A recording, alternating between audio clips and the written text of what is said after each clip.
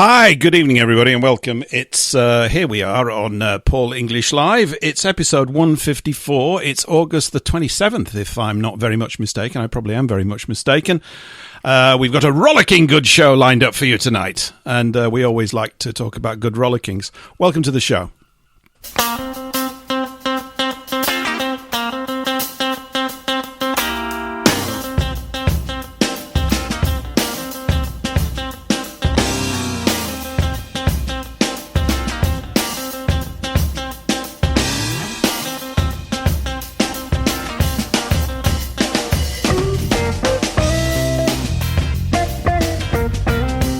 The night's drawing in where you are. They've drawn in a bit here near me. You remember last week we had a thunderstorm this time last week, and it looks as though it might do one any moment now, but it's not as exciting as last week. Not the start anyway, but the show's going to be.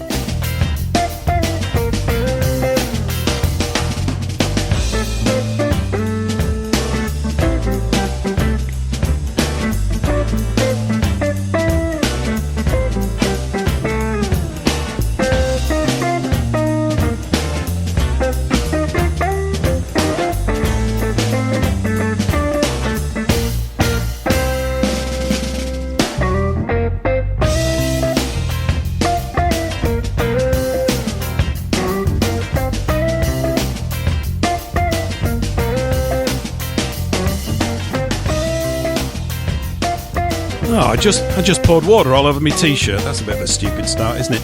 Hi, everyone. Welcome back to the show. It's Thursday, isn't it? Yeah, and lots of fun last few days. I had a technical trousers day from hell yesterday, which is probably a good sign, which means we're not going to have one today. I've invoked the technical trouser hell gods. Not really, but just went out for my evening walk prior to the show. It's a regular thing now. I put my waistcoat on and got my pocket watch out, went for a little paseo. I think that's the Spanish word for your evening walk. And beautiful evening. It's a bit sort of dark and sort of all sort of, you know, come in a bit earlier, but then it's very cloudy today. But I can't believe how fast we've got to the back end of August. We've really got to the back end fast. It's September next week, isn't it? Obviously. I think that's the month that comes after August. Anyway, we're here. We've got a guest. I'm going to bring him on in about 5 or 10 minutes' time. Mike Burke is our guest tonight, and quite looking forward to this. You'll find out what the theme is. You can probably tell really from the image for today's show. I was just talking to Paul, who's in America and is always nosing around in our affairs around here, which is the right thing to do. And the image is from the Smithsonian Institute. I don't know why they've got it. They must have nicked it or something. Actually, I don't know who painted it. It might have been an American painter. But it's of the Chancery Division. And those of you that are familiar with Bleak House by Charles Dickens, by the way, this is only a tangential sort of link because we're not here to really talk about the Chancery Division. I don't know. But those of you that have read Bleak House will know that Dickens goes on at great length about the court at Chancery. It's a brilliant opening sort of few pages to Bleak House. Well, it's all about fog. It's all about the Lord High Chancellor. And it's all about this case, Jarndyce and Jarndyce, that goes on and on and on and on and on and on and on. And barristers are born into it, live through it and retire from it with piles of money, that kind of thing. And the defendants, of course, come out destitute. So anyway, somebody who can also go on and on and on and on and on is Eric von Essex. Eric, hello, good evening and welcome to the show. Good evening. Well, thank you very much, and it's nice to be here. We was talking beforehand about a great archaeological discovery round near where I live. So, really, would you like me to? Yeah, okay. Well, obviously, you've come in all excited about it, and we've got to let you say. Excited. Well, there's on your Telegram channel, plug on my Telegram channel. Yeah. Somebody's been talking about dinosaurs. Did they exist? And I know that John Hamer, in his book, he believes they didn't exist, and most of the dinosaurs we have are sort of from other animals and things. But one's just been dug up around the corner at Fockham Hall, and it apparently the archaeologists said that it ate only porcupines, and it was called a Megasaurus. So there we go. So they do exist. Sorry, and. Welcome to the show, everybody. If you haven't met Eric, you've met him now. It's very good. It's good. We're starting as we mean to go on. Yes, absolutely. Yes, it goes downhill from there on, I mean, not that we want to talk about dinosaurs, because we've got a few behind the microphone tonight, so, me included. But I'm just thinking, what do you think? Do you think they existed or not? I'm interested to know. What do you think? I'm 50-50 on it and leaning more towards them not existing, because how comes that nothing was ever said about them before the 19th century? Very little was said about them. And why didn't other societies ever discover them or see them or anything like that? Yes. And I'm a little bit suspicious. But again, I'll keep an open mind. It's a bit like flat Earth. I'll keep an open mind. I don't know if it's flat, round, square or oblong. I don't know. But the fact is that most of the stuff that's official that we're told turns out to be a pack of lies soon afterwards. Really? You've noticed that, have you? Have you noticed that? What? Well, of course they landed on the moon. And things like that. And...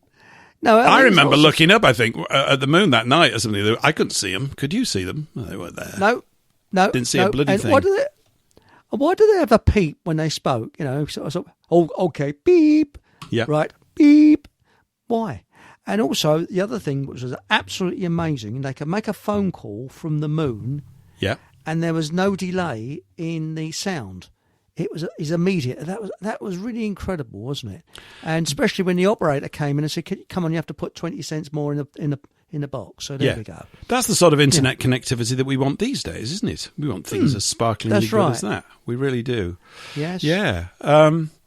Do you remember swinging it round to the focal point for the next couple of hours? Do you remember a couple of weeks ago we had Michelle Young and Maribel on the show? Yes, we did. That's right. And very, very interesting. I hope they're okay. Yeah, I think they are. In fact, I've alerted Maribel about tonight's show. She says she's probably going to be listening, so you better be. No. So I'm just practicing. I'm practicing my rude radio host manner. I've got to develop that. We're all too cheery and nice around here at times. No. Doing a James Wow, you will have your jabs. And that sort of stuff, Yeah, Shock although rock. it's probably a sort of a whale too far for me, I have to say. I never found it much. I didn't have much of a whale of a time listening to him. No. But, I found him very, very irritating. He went a bit bonkers in the end, though, didn't he? So, I suppose, but he was very ill, and whatever. Anyway, all that kind of stuff. But yeah, after that show a couple of weeks ago, Maribel got in touch with me. We talked about several other things, and then she sent me Mike Burke's contact details, and so we've had a couple of chats, and I'm going to bring Mike on now. And Mike, hello, good evening, and welcome to the show. Good evening. I hope you can hear me okay. We can hear you loud and clear. How are you doing this fine, lovely evening? Well, it's not bad here anyway. How are you doing? Yeah, same as you, overcast. Yep. Looks very thundery. It does. I've got to say, I do concur with what Eric said about the dinosaurs. That's what I've come to, the conclusion I've now come to. You think they did? You don't think they existed either? No. There's a lot of evidence for that. Particularly, one of the things that I saw, there was a woman that had an excellent channel. I can't think of it now. She talked about the stalagmites and stalactites. I remember going to Cheddar Gorge many years ago, a long time ago actually, and they said that stalagmites come down, stalactites go down, stalagmites go up. Oh, I remember that. Yeah, I remember that sounds like my girlfriend's stalactites go down. My ex-girlfriend, rather. Her stalactites needs to come down. Terrible. She bought a smaller size. That's right. Well, we were led to believe that they grew about 1 inch every, I think it was 4,000 years. But subsequently on this girl's channel, she showed stalactites forming on a garage, I think it was in America or somewhere, 6 foot high. How is that possible? And there was also a boot they found, a leather boot, which they could trace the manufacturers of, but the foot inside had petrified. But it couldn't have been that old because the boot could be traced to the early 20th century. How is that possible? Yeah. So it makes you wonder what stuff we've been fed. On a lighter note, to start it off, I'm reminded of a comment that I saw in Hansard about, I think it was the Emperor of Russia visiting the House of Parliament. It was in the 1680s, I believe. Right. And when he got there, he saw all these people scuttling up and down the stairs outside. And he said to some guy there, who are all those people there? And the answer was, they're all lawyers, sir. And he said, we've got but two in Russia. And when I get back, I'm minded to shoot one of them. I like him already. Him already. Mike, before we sort of jump in, I've forgotten my manners with all the listeners. So just to do the old sort of station acknowledgement thing, I forgot to do that because I always get carried away at the beginning and knock water all over my shirt, which is not so bad because it's very warm in here where I am tonight. But shout out to everybody on Rumble and YouTube that's tuning in, and also over in the FFT radio chat. The more you use that chat, the better it gets. It's getting livelier, slowly but surely. So I'm looking at all three, and if I can get my brains to work, I might even read certain things out from time to time. So that's great. We're going out, of course, on FFT Radio at fftradio.com. We're also going out over WBN 324.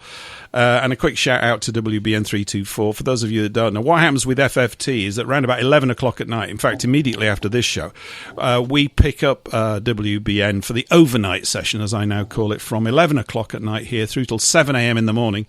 With basically American talk radio shows, primarily overnight. So for those of you that can't sleep at all, you can always tune into that kind of stuff.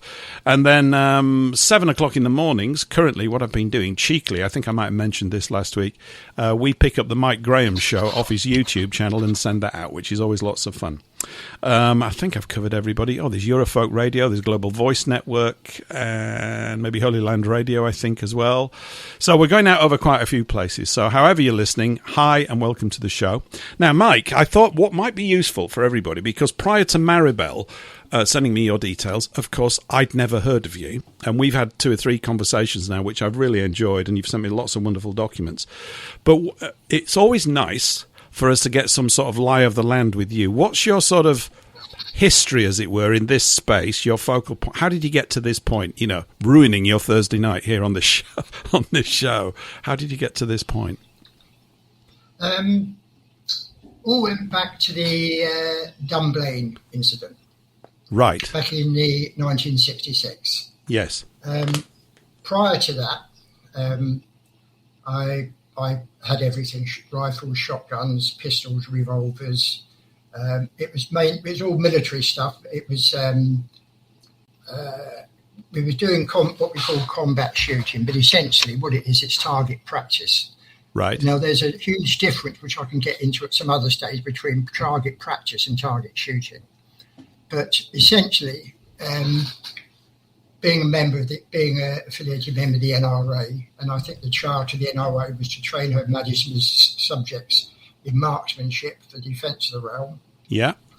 But then I was aware of the Hungerford incident back in '88. Is that when that was? Is it that far away? Obviously, yeah, it was before Dunblane, wasn't it? That's right. We had the Hungerford one. Yeah. Now, I formed my own pistol shooting club. Right. I didn't like the way they were being controlled by the police, particularly the secretaries and that sort of thing. So I formed my own club. And I actually, at some later stage, I met up with a guy called John Hurst, who was serving Met policeman at the time. Right. And I was aware of all the other stuff going on in America, whether it was the Oklahoma one and the Koresh one, and the background and what was going on out there. Then we had the Dunblane one, and there was lots of questions came up after that, yes, which were never answered. But strangely enough, about 2 or 3 weeks after that, they had the Port Arthur massacre in Tasmania. Now, that was an extremely interesting one because apparently the story is that there's very few police on the island. In fact, only a couple from what the article said. And they had a phone call to say that there was some substance in a cave on the other side of the island. Right. So the police was dispatched to investigate, and I think they just found out it was flour or whatever, sugar. They radioed back to say that they'd been there and there was nothing there. Don't forget, I'm just going from what I can remember now because this was a long time ago. And I've still got the articles on it. And immediately after they radioed back to say that they were there and it was a false alarm, the shooting took place in the shopping mall. Now, it was alleged that a guy who was apparently, let's just say he was a bit slow, left-handed, really didn't know much about guns at all. In fact, there was an incident where he took a gun with a live round into it. He wasn't quite sure how to eject it or something stupid like that. Yep. But apparently, this is the same guy who apparently entered a shopping mall with a semi-automatic rifle, and I believe it was 2 magazines he had containing 15 rounds each. And he started to open fire, and he changed magazines on, before the one was emptied. So there was still one in the chamber, and continued. And apparently he shot and killed 32 people with 29 shots. That's an inverse kill ratio. How is that possible? That's one of the things. Right. This same guy that apparently engaged in a car which was moving at speed some distance away and hit the engine to put it out of action. Yep. And then he fled to somewhere called Seascape. I think it was something like his house or something, where he was surrounded by the police. But he never shot anything after that. Nothing. And then the house mysteriously caught fire. He eventually came crawling out of it. I don't know all the background behind it, but he was subsequently arrested. And you know what? As far as I can see, up until very, very recently, he's still in prison, and he never went on trial. And where is this? Is in the States, is it? No, this was in Tasmania. Right. Is that incident where he just went crazy? Is that supposedly young guy at the time who went nuts and killed a lot of people, supposedly in a restaurant? Is it? I think. Yeah, that's the one. Yeah, I've got it now. I've got his face. I can't remember his name, but I've got his face flashed up. He was a light-haired young man. There's all sorts of. I read all sorts of stuff around that because Mossad were in Tasmania at the same time. There's all sorts of setup, and all these sort of gun incidents happened around about the same time for them to invoke the restriction of carrying of firearms. Is that right? Yes, essentially that is exactly what it was. Yes, I remember that. But another food for thought is that I subsequently, and I've probably got a record of it somewhere on my PC. That the Tasmanian government or officials there had ordered a refrigerated undertaker's vehicle or something like a refrigerated vehicle, which coincidentally could hold 32 bodies or something. Right. And then after the incident had happened, this is prior to the incident, and after the incident, it was sold because I saw a picture of it. Now it makes you scratch your head. Yes. So, but going back to the Dunblane one, we knew that there was a lot of things wrong. And I contacted the various shooting organisations, and they just said, no, don't do anything, just maintain a respectful silence. But I didn't like that. Yeah. And I was talking to a disgruntled gun dealer, local one, and he said, well, I've got a copper he might be interested in. Yeah, he's been doing some research. I met this guy, John Hurst. He had a friend of his, Mike J. He was a senior pilot with British Airways at the time. And he said, we've got a Bill of Rights. And that really started the whole constitutional journey because the consensus was, well, if I can't have him for target shooting, target practice, should I say, not shooting, then I'll have them defensive purposes. And in order to become proficient, you have to practice. Yes. So that started our research journey. We did a lot of articles. We produced various documents, one called briefing document. Yeah. It was called SAFE, that's right. safety and freedom for everyone, because we went through the law, we was going through Hansard debates, everything we could find, because don't forget, it wasn't all computerised totally like you can now. We had to send off someone down we had to join law libraries, send someone down, they'd look for debates, photocopy them, post them down to me, I'd scan them up, word process them onto the computer. It's nothing like it was now. But we put together quite an interesting document. It was about 60 or 70 pages. Mm-hmm. But the ironic part was it had a PO box, and the PO box was my friend the pilot's place. Right. So the police picked up on it, and they then paid him a visit and revoked his firearms certificate. Not because he had done anything wrong, but because he might use his lawfully owned firearms to protect himself.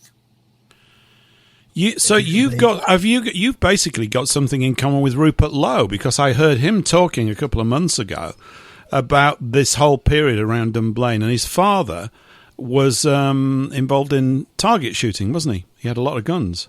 And they took all his guns off him. I think it was around about that period. So did you know John Bingley before this, or was it this event and the whole... Because I spoke to John Bingley, probably, he wouldn't remember. I had a few calls with him maybe 10 or 12 years back. And I understand he makes ammunition. I think that's one of the things that he makes. He might make several other things. But I saw him give a speech in some organisation, the British Constitution party, or not party, not a political party, but something, a group, and it was excellent, all about the English Constitution. As I'm trying to avoid using the word British, Mike. Yes, it's difficult, isn't it? It is, yeah, it is. It's like we've been brainwashed into it. Every time I see it, I'm going, well, we're British, and it sounds so good to say, but I'm going, well, I'm not actually.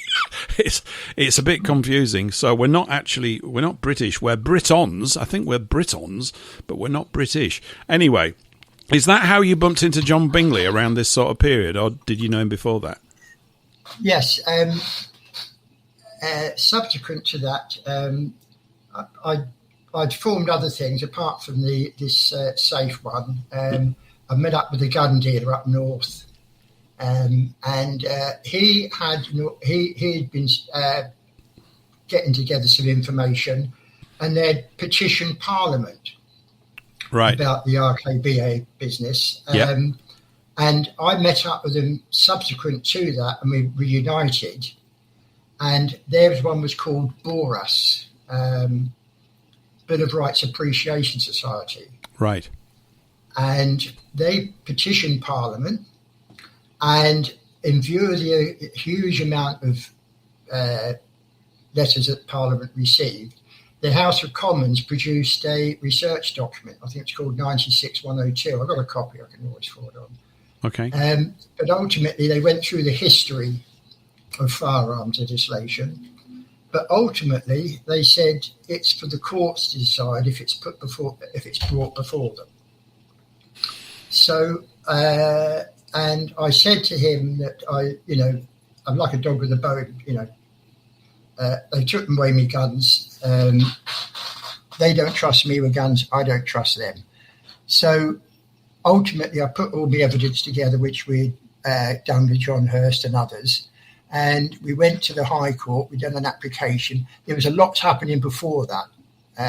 And you just don't realise how corrupt and rotten the system is until you start. Till it hits you. Yeah, till it comes and starts nibbling around your ankles and biting your ankles. Yeah, it's an unpleasant thing, isn't it? So I guess prior to this, Mike, you were a sound, solid, upstanding citizen, or whatever we're called. That's right. Yeah, no problem at all. We had a fantastic time. The guys we used to shoot with, we had black powder. We used to do shows at Chessington.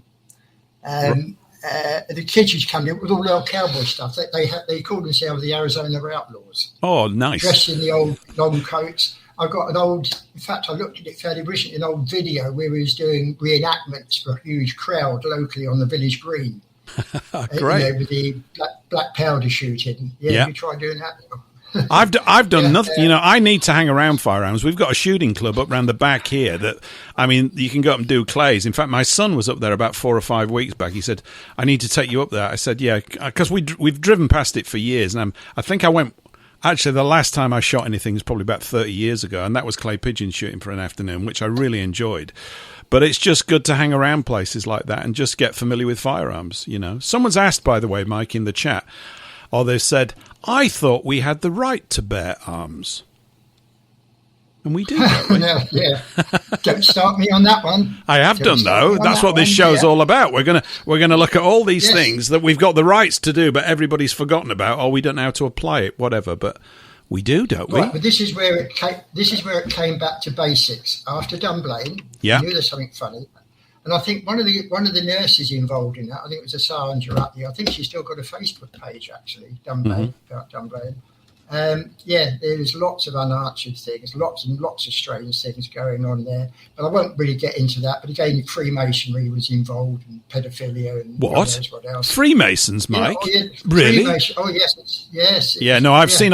This is the Dunblane stuff. Yeah, it's a sordid affair. I mean, it really is. It's exhausting. Somebody actually asked in the chat earlier, is that the event that Andy Murray was involved with? Yeah, absolutely. And it's and this is this is just a piece of information. Oh, yeah, he was one of the kids, wasn't he? He was. Yeah, he was one that obviously did not lose his life.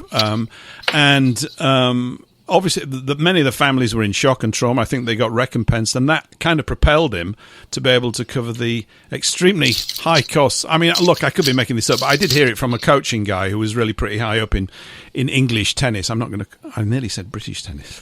I don't know what to say, in Scottish tennis, and because he was a Scot and a good one, you know, and that gave them a lift up the ladder, because it's anybody that wants to take up tennis seriously, you're on a hiding to nothing, and really it's a very tough path. But yeah, so I'd read a lot of things came out. The internet, of course, was picking up just after that. This is 96, I think, wasn't it, Dunblane? But by about 8 or 10 years later, a lot of information started to pile in. I remember reading a lot of that back at the time and going, oh, this is icky. And this was before, I guess, the whole of the world is run by psychopathic paedophiles sort of type thing had risen in strength. But there was certainly something very odd about it. And the fact that isn't all the information from that blocked off for like 100 years or something? There's some kind of a court order. Now, wouldn't that be a fun one to have a look at? I think it was 70 years it was buried. Yeah, now, wouldn't that be a fun one? Are you planning on being around, Mike, to see it when they take out the envelope? Come on. Yeah, when Rupert gets in, and that ain't going to be as long as what people think. But that's another story. Yeah. Around about 2001, there was a rally. I think it was a sports association up in London, and I think it was Frank Fields. I can't remember what he's a minister or whatever. Right. But he spoke to us at the rally, and he said that at that time, don't forget, this is 2001, there were approximately 30,000 Section 5 firearm holders in the country. Right. Who are they?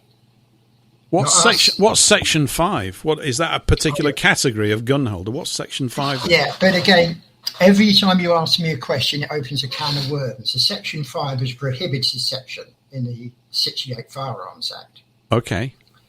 And these are the weapons that they think is so dangerous you have to have the authority of the Secretary of State. Before that, it was the authority of the Admiralty and Air Marshals or something, going back to 1920. But then we've got another can of worms, because prior to 1920, there was nothing.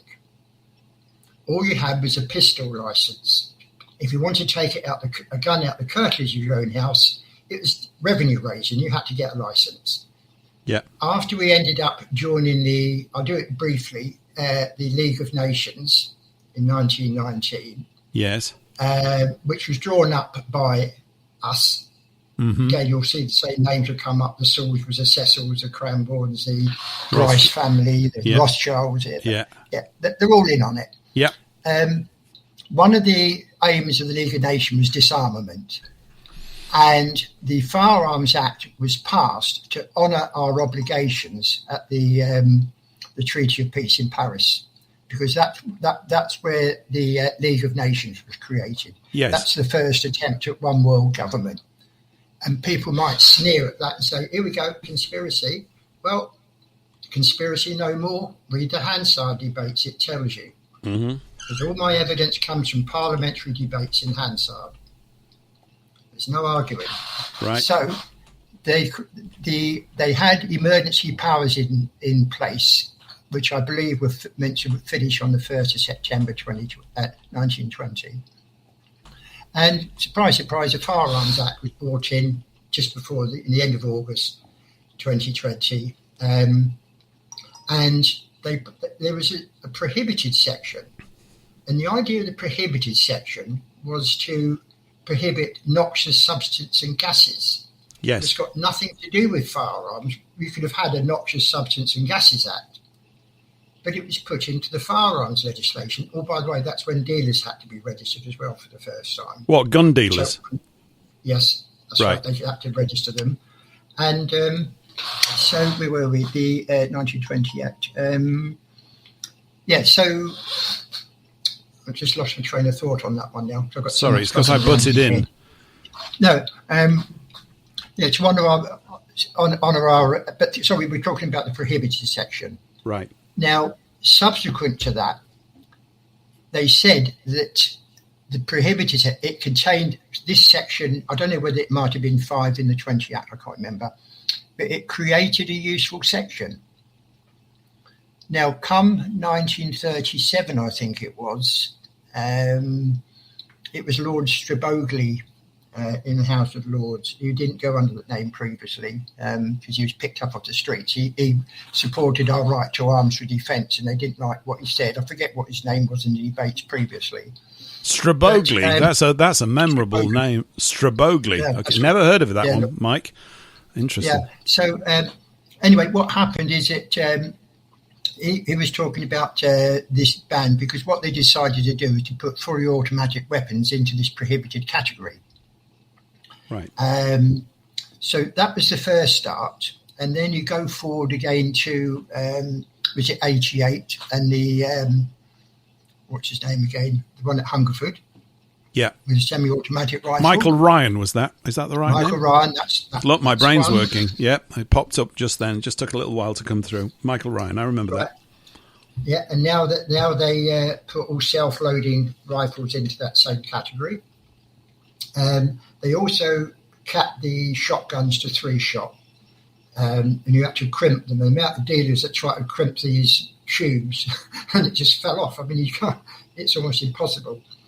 But anyway, that was the legacy of that one. Mm-hmm. And then we had I think the next one was the Dunblane one, and it was all guns above .22 caliber, and then subsequently .22 caliber as well.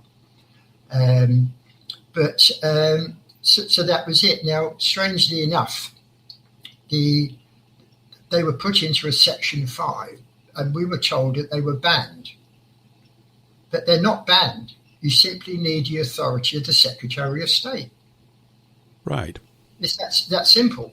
Okay. But now, target practice was a military term which you used.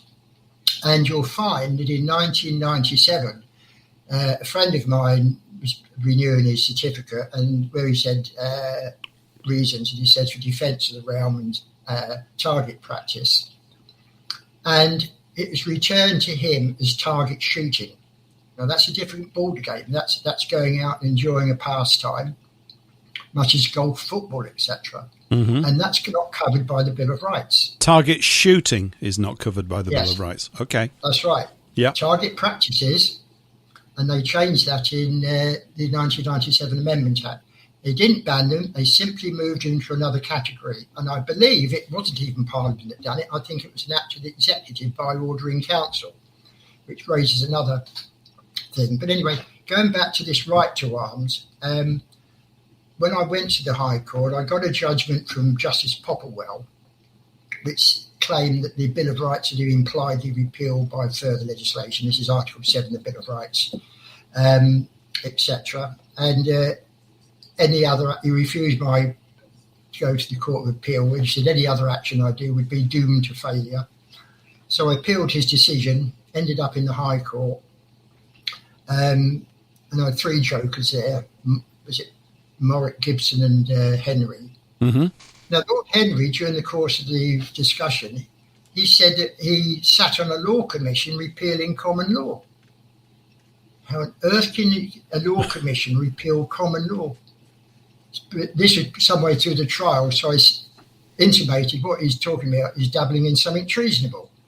Yes. Well, it don't go down too well, but ultimately what they said is that as allowed by law, it's a changing thing, and Parliament, has decided to change the law now, and you now need a Section 5 authority. Mr. Burke can't get around that provision. Well, you can do because he's obliged to issue. So, and if you read very carefully the letters where I've written one of my documents to the Secretary of State on this subject, you'll note that he refused my application as a matter of policy, not law. And essentially, that policy will stay in place unless government policy changes. Policy can't change the law, so therefore that right still exists. But he was just making a claim that he could, or he was trying to imply that he could, or he was trying to sort of basically brainwash everybody. I've said this sentence, and therefore that's that. There's been a policy of previous governments to not allow people the means to protect themselves. Right. But there's something come up, and I suddenly remembered. I wrote to him, and he wrote a letter back, so I put him in his place. And he said to me, and I only read it a few minutes ago, actually, before the show started. Oh, great. And he said, I can't believe that I'm merely here as a rubber stamp for anyone that wants a gun for protection or Section 5 weapon. I can't believe it. That's his personal opinion. I can't believe it. Mm-hmm. Therefore, the Secretary of State, and here's the word, has a discretion. And I didn't pick it up. It's only the penny dropped today. We were in a discretionary jurisdiction. That word, this came up the other day, I was doing something the other day, this word discretion, I had to look it up. Isn't discretion basically what I say goes? Exactly. And when I was able to have a quick peep at one of Rupert's applications, or his refusal of the judgment from the High Court or Court of Appeal. This is Rupert Lowe you're talking about now, yeah? Yes. Okay. Yeah. Bearing in mind, I've never voted for my life. Me neither. So we're in a good club. I like this. This is good. Yeah. This sounds great. I've never done it. This is the only guy I could ever look to throughout the history, throughout my time. I'm the same. This is like an echo chamber around here. It's like, that's it. I banged on about this. It's not that I view, we were discussing it, weren't we, the other day. I don't view politics as the thing that's going to answer the situation. But you've got to look at the horses in the paddock. And he's the only one recently that's talked like an adult. For a start. That's right, but it's the politics that has to go and common law has to return. Yes. Because when we start talking about politics is what we are, we can talk in terms of us not being governed by a parliament, we're governed by the executive. Mm-hmm. The executive of the corporate side of the monarchy, but then that's another whole can of worms. Well, we'll get into that. If we're looking at the Bill of Rights, so going back to Rupert Lowe's judgment. Yeah. You scan through it, and then the judge says, again, are they judges? That's another can of worms. He said, I have a discretion. Well, again, I was looking at something I was researching the other day about this discretionary jurisdiction. And essentially, these ministers are all given a discretion. This includes all judges because they exercise the prerogative of the king. That's what the discretion is. They're in a discretionary jurisdiction.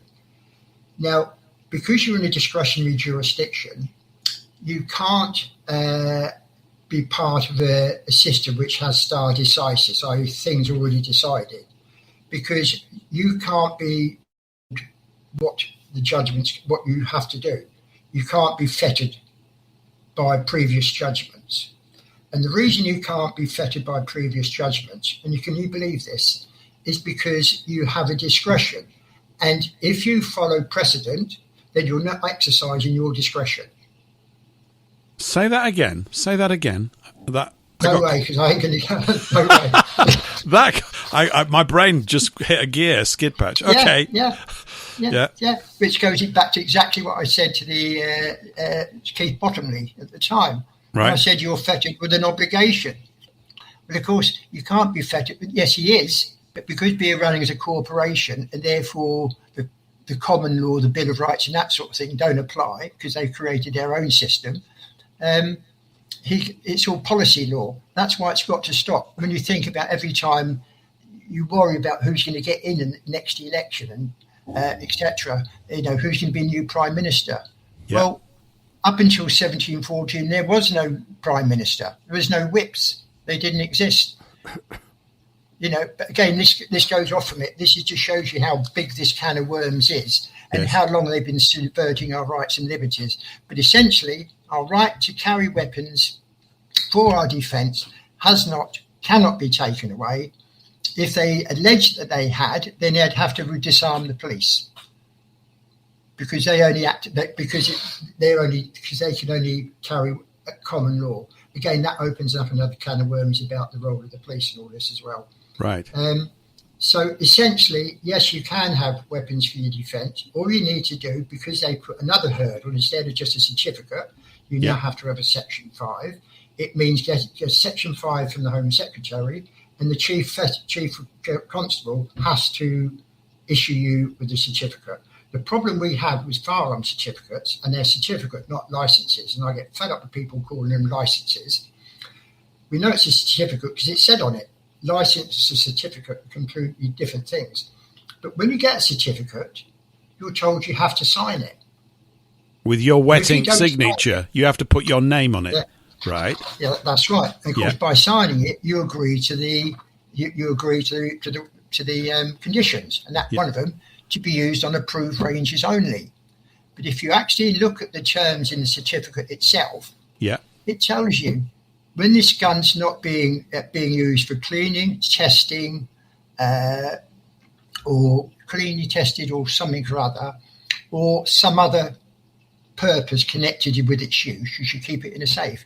If you're not cleaning, testing, and doing, I can't remember what the third one is, the only thing left you can do with the gun is to have it for personal protection. So you're quite entitled to have it out the safe.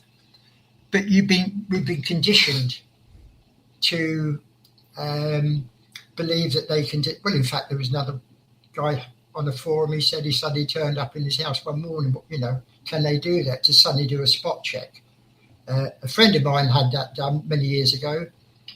Him and his wife, both good avid shooters. His guns were on.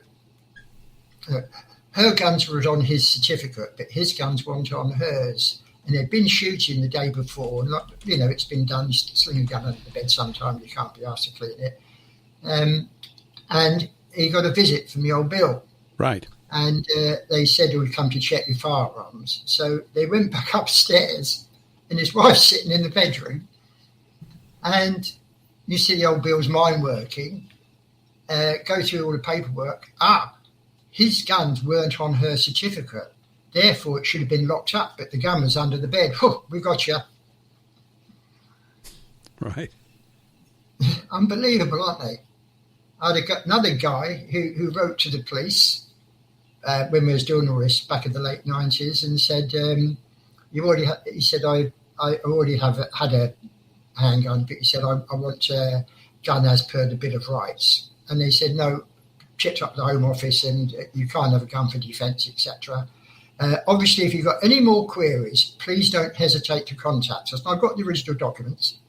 So he wrote back and said, could you, that's right, the police said it's been repealed by later legislation. So he wrote back and said, could you actually show me where it's been repealed? That was it. Got a visit. In view of the continued correspondence between the police and us, and you, we're revoking your certificate. Because he continued to ask questions. They invited him to ask the question for which his certificate was revoked. Like you're being insolent by actually taking us up on the offer that we've invited you to make, to ask us questions. So because he did, you cheeky bugger, and they took it away. That kind of thing. So we're talking about handguns and other various firearms, but of course we've also got things like friction lock batons, for example. Well, what happened to those? They've been banned, prohibited. Well, are they really? So go back and look at history. And this is the point. In order to find the answers, you can't just sort of scrap around here and there looking at bits of paper and try and put something together. It's taken me over 30 years to put it all together. Amazing. So I've got it all. Yeah. All of what's been going on with firearm legislation and the crooked deals they were doing. In fact, one of the judges was involved in the debates about shotguns, and they already conditioned on a certificate, but it doesn't. You can't see it. And the judge was told. He said no mention can be mentioned of this if a case comes to the High Court. Nothing. We can't mention that you was involved in the debates on it, etc., etc. It's scandalous. There's a question in here, Mike, or a little sort of poser from Billy over in FFT chat. Hi, Billy. And several others. I'm scouring them and scanning them as you're talking. He says, so, lawfully, has anyone overturned the illegality of not carrying firearms, as it's lawfully permitted in this country, is it not? It's lawfully, as you're explaining here, right? It's lawfully permitted to do so. So, are there processes that people undergo now to secure for themselves a firearm? No, because of the situation we're in with this corporate entity, the Crown Corporation running us, the executive, they control Parliament. We know that. Look at all the ministers in there. But again, to understand what that means, you have to have studied the law, because none of them should be there. There shouldn't be a prime minister. They shouldn't be the whips and that sort of thing. Yeah. They're in total control, but not only the executive in total control now, they've taken over the monarchy, they've taken over the prerogative of the king, and which they've created this discretionary jurisdiction. And there was another thing I've got so much buzzing around in my head, I'm trying to think of the other part. Where were we on it? That's right, about getting it overturned. So the short answer is no, because they have a blanket policy of refusing all such applications. Right. Because it's policy, not law. Because the Bill of Rights, etc., has been suspended. But again, that in itself, you can't. Bill of Rights, how do you suspend the? Yeah. Yeah, because the Bill of Rights, even Blackstone confirmed in his commentaries that the Bill of Rights, the Declaration and Bill of Rights. You don't forget, there's two. There's a Declaration of Rights, which was read to William and Mary prior to the offering of the throne, and that was incorporated into a Bill of Rights, which was eventually passed in December 1689. The Bill of Rights, because some parts of the Bill of Rights were apparently repealed in 2005 and 2013, I think. But when you look at the legislation that repealed it, again, here we go again. The Queen couldn't pass it. Because she would have been breaking her oath or her role as monarch. Yes. She would have invalidated herself if she'd passed it. Yeah. Yeah. Well, no, she couldn't pass it because it handed over the power to the executive to govern us. And that the executive didn't exist before 1714. So you see the problem. You've got to go right back and see just how crooked the whole system is, and put the whole lot together. Yes. So if we scoot forward again to buttons and that sort of thing, for example, because at the moment, I personally, if I had a daughter, I'd be reluctant to let her go anyway without it. These rapes at Rupert's, again, he's made aware of. It's horrendous, absolutely horrendous. And you can't tell me that there's women don't deserve to allowed to carry, irritant sprays or, in fact, handguns. I'm sure a lot of them are capable. Yeah, what were those small little pistols that the ladies had in the cowboy days? You know, that little, was it a Derringer? Yeah, that little, Derringer, yeah. You get some nice little ones if they don't want, there you go, ladies. We need to get to DerringerIsUs.com. That's what you all need Derringers. I've always fancied a Beretta. I think that's the favourite. That's the tool of choice for James Bond, isn't it? Doesn't he have a Beretta? He does in some of the stories. Anyway, I don't know what he uses. The semi-auto one. But so I think that there should be a mass application because ultimately, because what I in fact wrote to them back in from his son and my wife back in 2004, and I wrote to them for Section 5. They declined it. I said, well, okay, if I get nicked carrying one, you as a responsible official will have to account for your neglect of duty, etc. But again, you see, you won't be able to prosecute them because they're all in it together. Because not only the executive taken over, but they also have a partnership with the judiciary, would you believe? So the executive, who should never have lawmaking powers, now have lawmaking powers, and they partnered up with the judiciary. So there's no judicial independence. Yeah. The judiciary are now exercising the prerogative of the monarch, because the monarch has a discretionary jurisdiction, but the discretion can only be used for our benefit. It can't be used, for private gain or for advantage of a certain section. That's right. Okay. That's right. Which is what they are doing when he says, so he says, this is a discretionary court. It's like, I'm going to make some decisions that favour what I like, and it's got nothing to do with you peasants out there, that kind of thing. Yeah. I knew that I was in discretionary jurisdiction. I had a recent bankruptcy hearing about a year ago. Mm-hmm. And I got fed up with playing the shenanigans. I got screwed over. That's another long story about the police and enforcement agents and the council and the crooked barrister in the county court and the fake evidence of the council official regarding liability order and the plea of the barrister to the judge, you're the judicial gatekeeper, otherwise people, the jury might make a perverse verdict. So the judge then took a matter of fact out of the hand of the jury and decided for herself that a document existed, although no one's ever seen it. And the council admitted that they have no record of it. And then the police said, if you carry on your case, we'll hit you for 70 grand costs. So eventually it was 15 grand. And then ultimately that ended up to bankruptcy proceedings. I got the fake document. It just shows you how crooked they all are. This so-called liability order issued by magistrates court, what a lot of rubbish that is. It doesn't exist. It's a council printout. Even the court wasn't the same. It was dated the day before the hearing. Yeah. It was an indecipherable signature where it says Justice of the Peace. There was no name. There's no address. There was no amounts. There was no case number. And when you look very carefully underneath the word Justice of the Peace, there were the two words or and a few lines of words and another or and another few lines of words. And when you look carefully and examine them, some of the words have been crossed out. Mm-hmm. Now, if you want to delete it, you just put a line through the whole lot because it doesn't exist, or you scrub it through or whatever.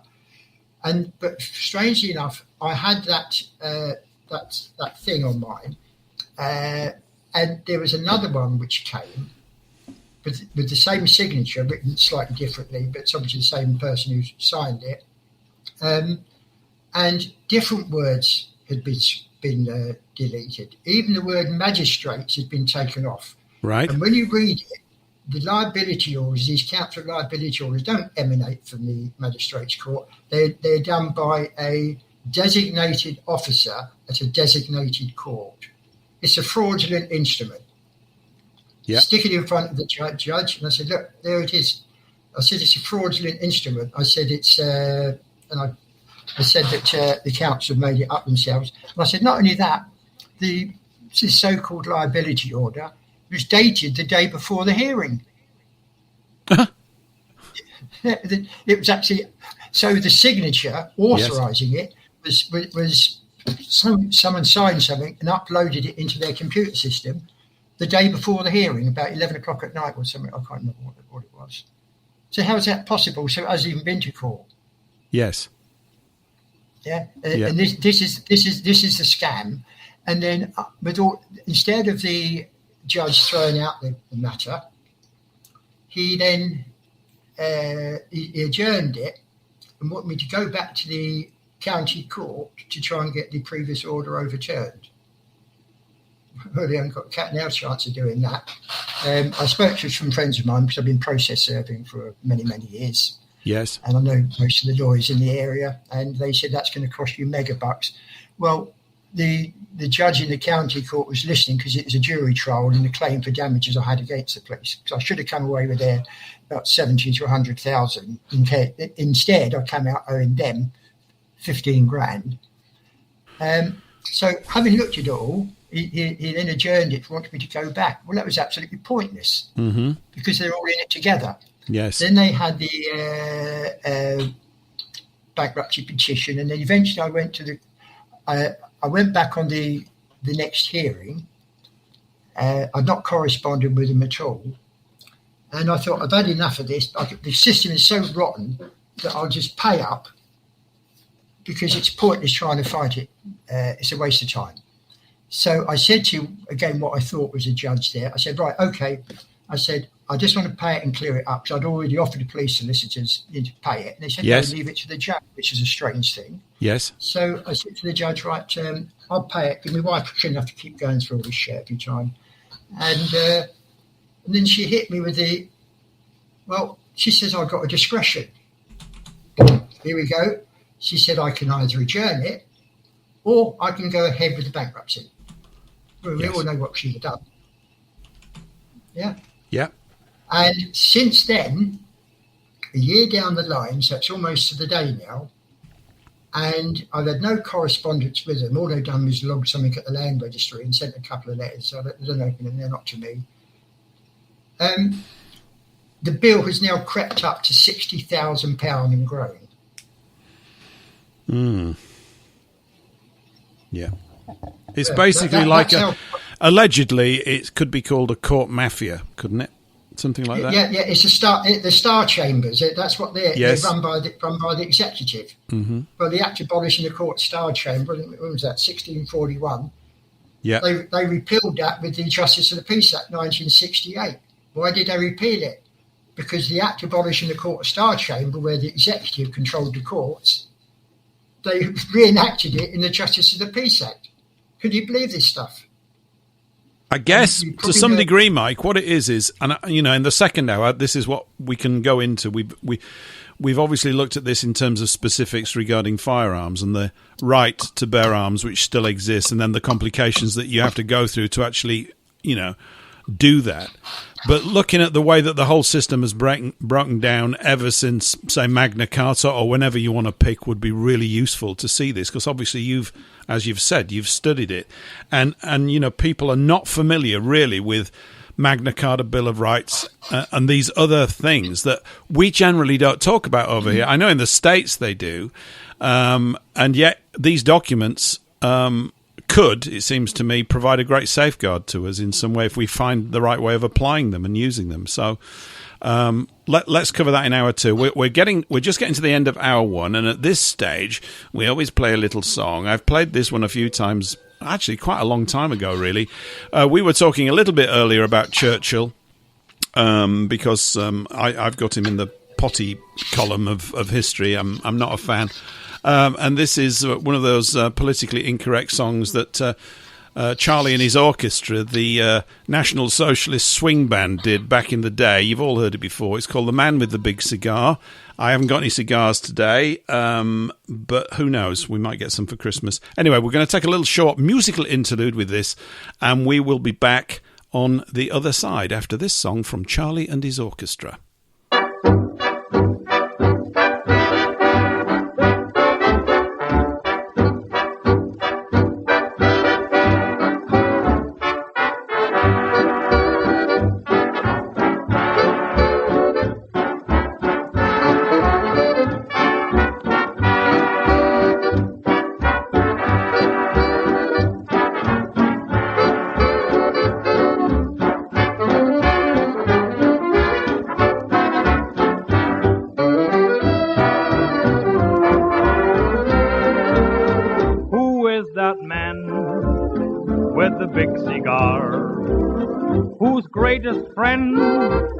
Is the USSR.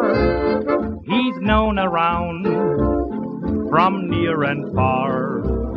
That actor man with the big cigar. He puffs away every night and day with a twinkle in his eye. And all the while behind that smile lurks many an untold lie. Down Whitehall Way you'll see his car. He's here, he's there, he's everywhere, the friend of the USSR. V stands for vanquish, It's the slogan of his land. And he'll fight until it's finished, and there's no one left to stand. He'll keep the red flag flying, though hammered black and blue. For he's getting more than he bargained for, that fat friend of the Jew. So keep your chins up, one and all, and remember what I say. If Britons were to Britain true, they'd send that man away. Who is that man with the big cigar? He's here, he's there, he's everywhere, that man with the big cigar.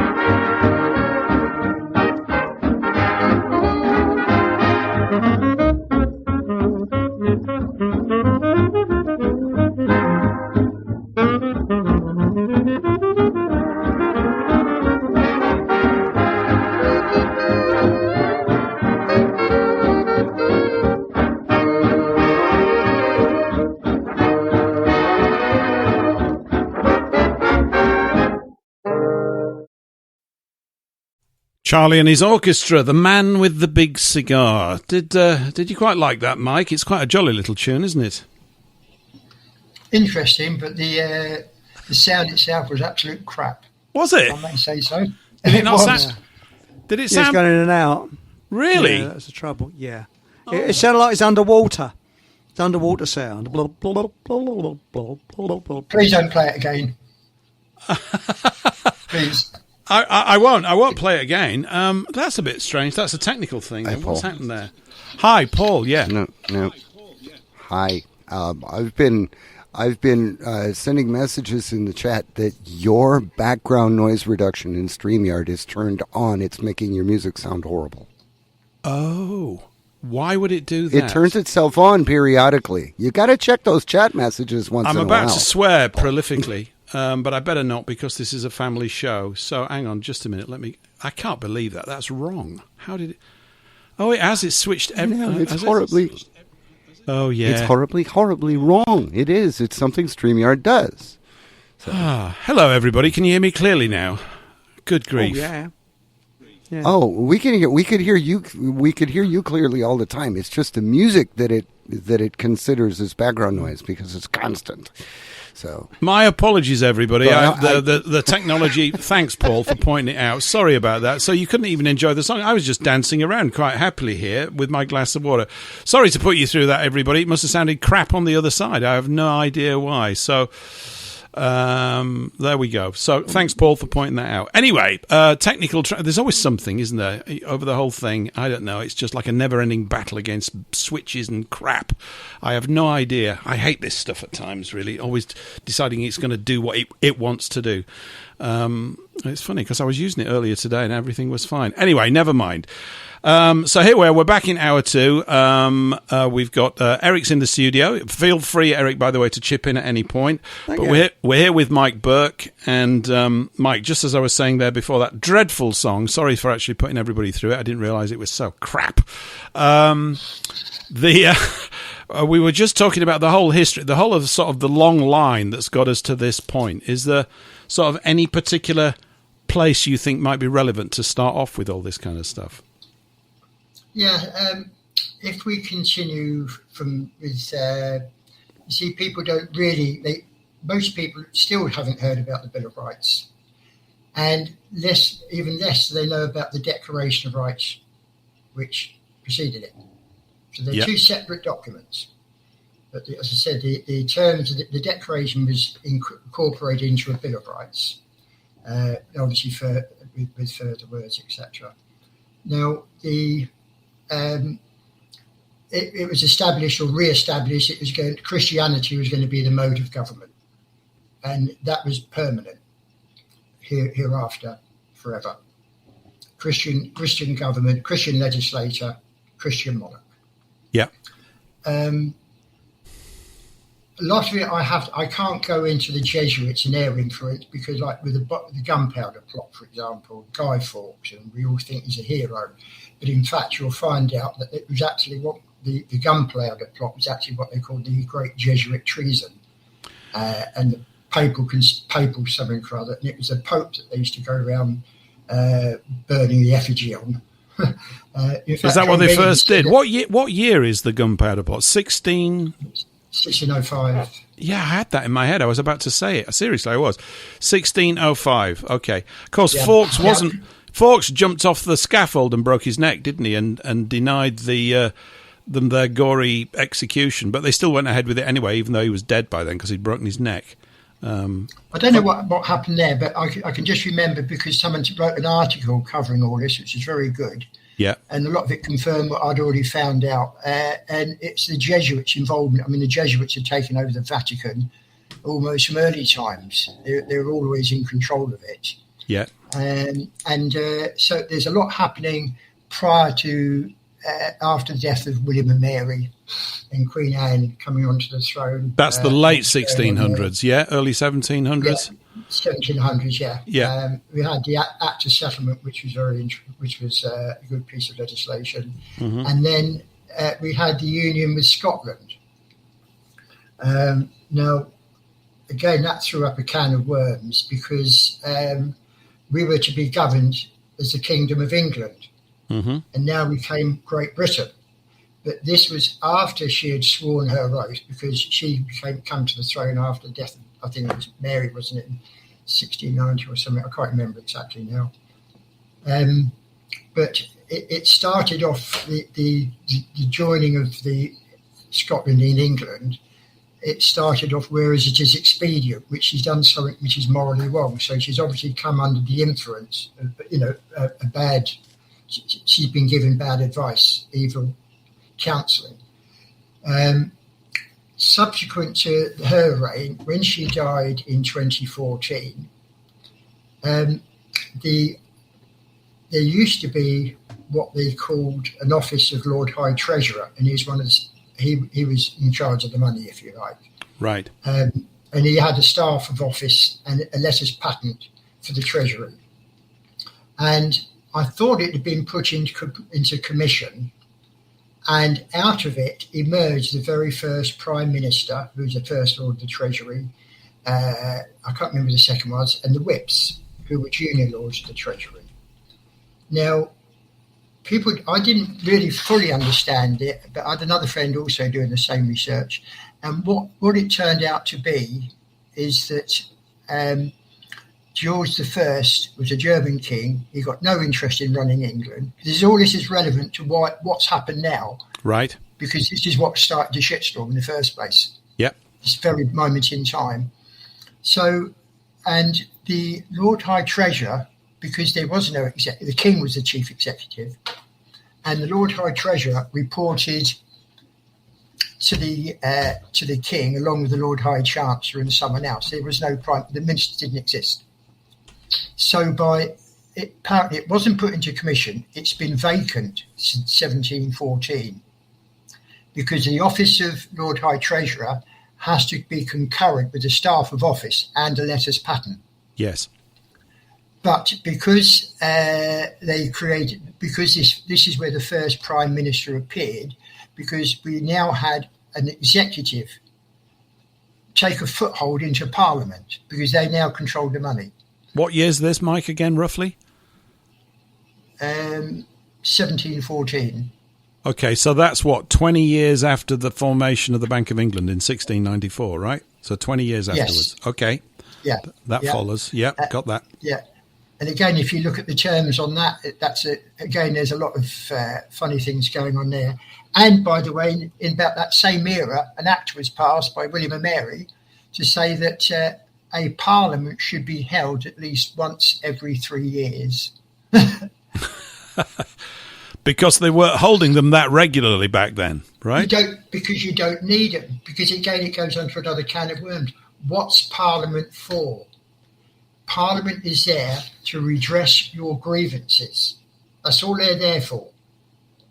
So if you've got a problem, you have a grievance, we've got canal boats and you're trying to compete with the stagecoaches, in the 1800s or whatever. Yeah. You would petition Parliament to redress a grievance. The canals are all blocked up, etc., etc. Mm-hmm. So that petition would then be lying on the table to see if anyone else had the same problem. And the king did not receive any grant until all our grievances were redressed. That's how the system worked. That's what legislation should have been.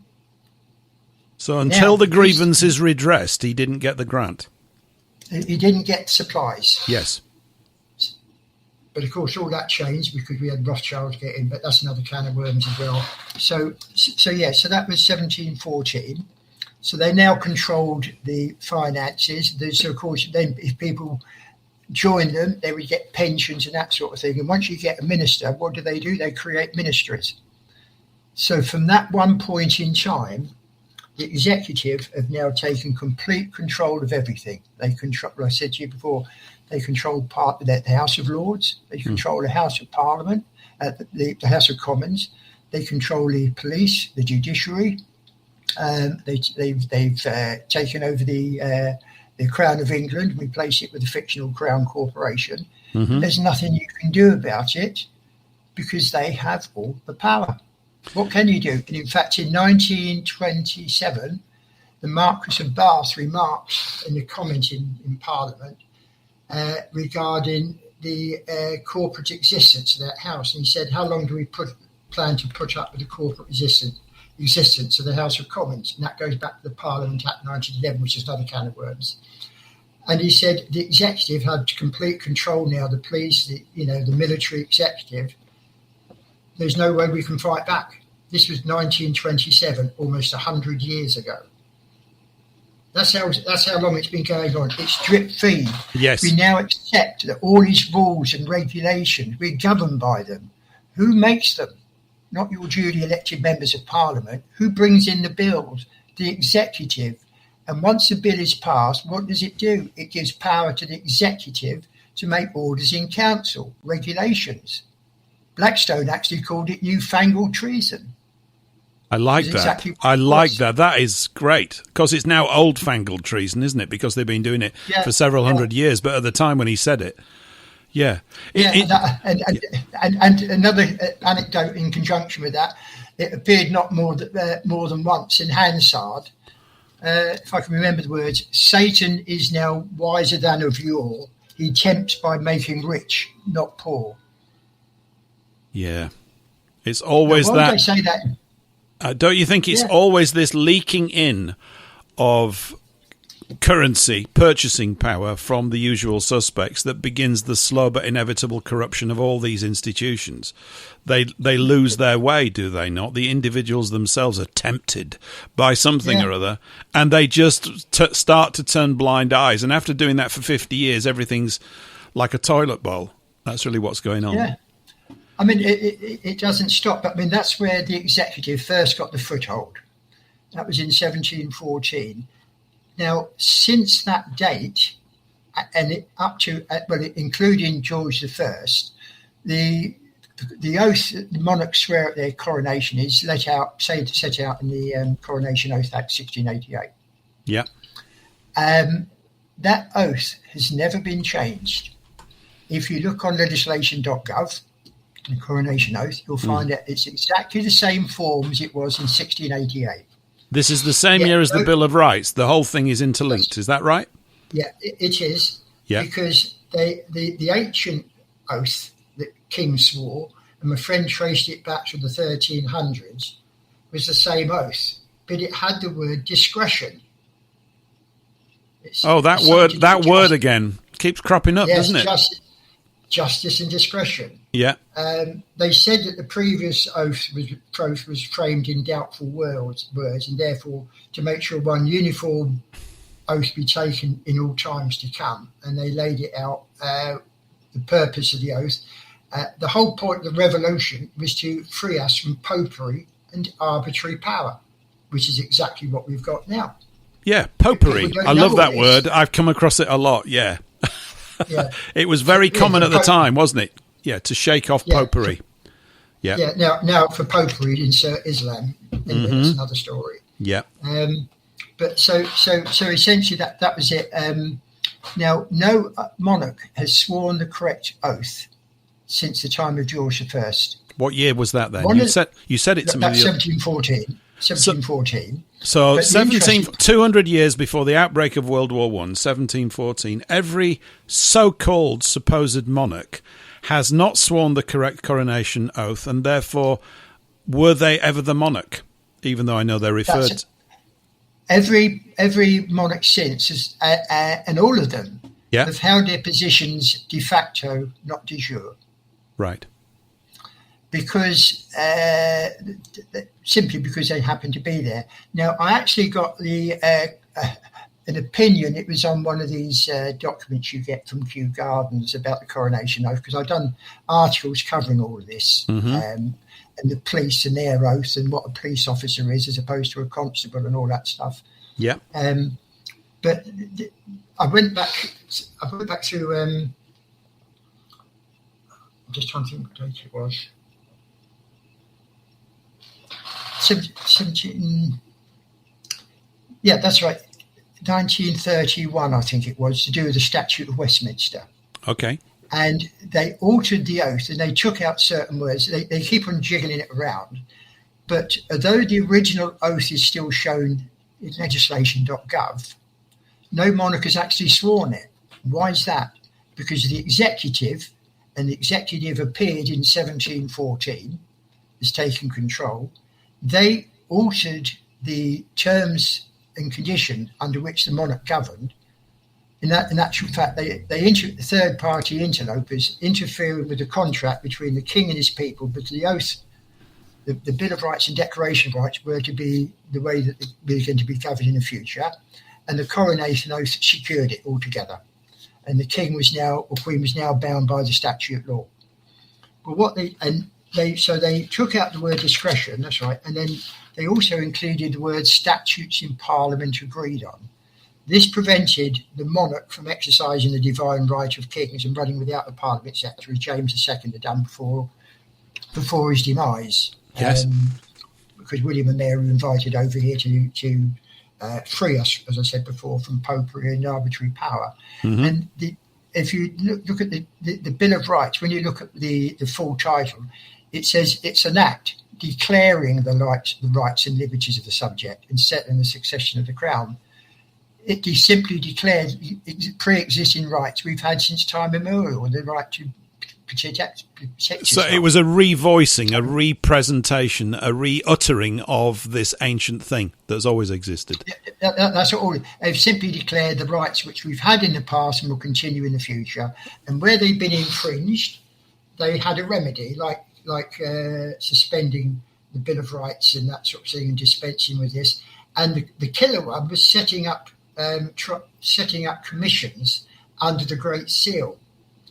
Now, what they would do is set up a commission on the Great Seal, and the classic one of that was bankruptcy laws. There are no judges ever sitting in bankruptcy hearings. They're simply administrators. And if you go back to the earliest bankruptcy laws, you will find out the Lord Chancellor, I think it was, issued a commission under the Great Seal because people would petition him and complain because they were owed money. And they'd set up this tribunal. They weren't judges, they never were.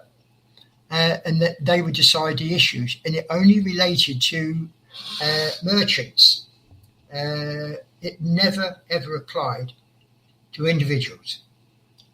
But of course, as history has a habit of showing, they managed to drop the word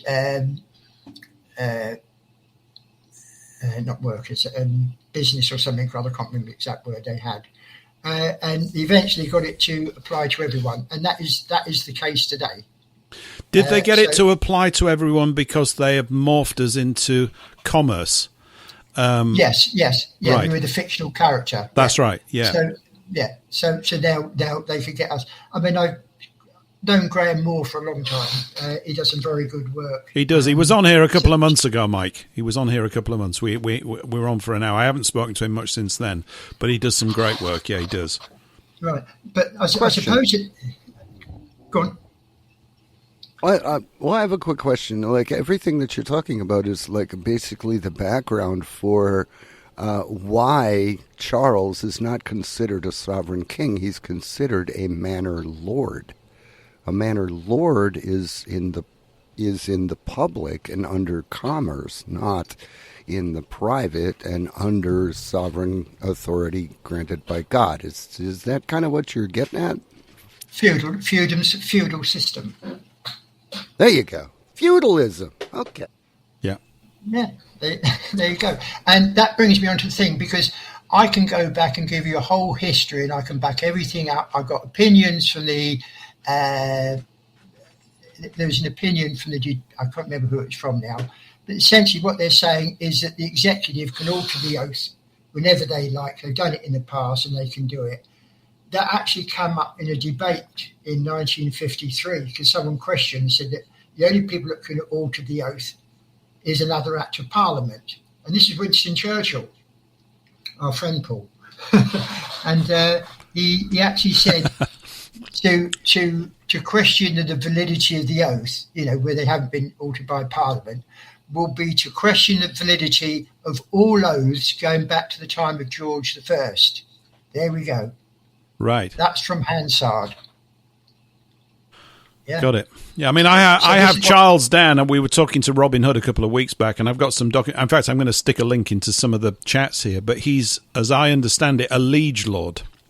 That's his actual official, right, yeah. Which is pretty close to what Paul was just saying a few moments ago. Yeah. Okay.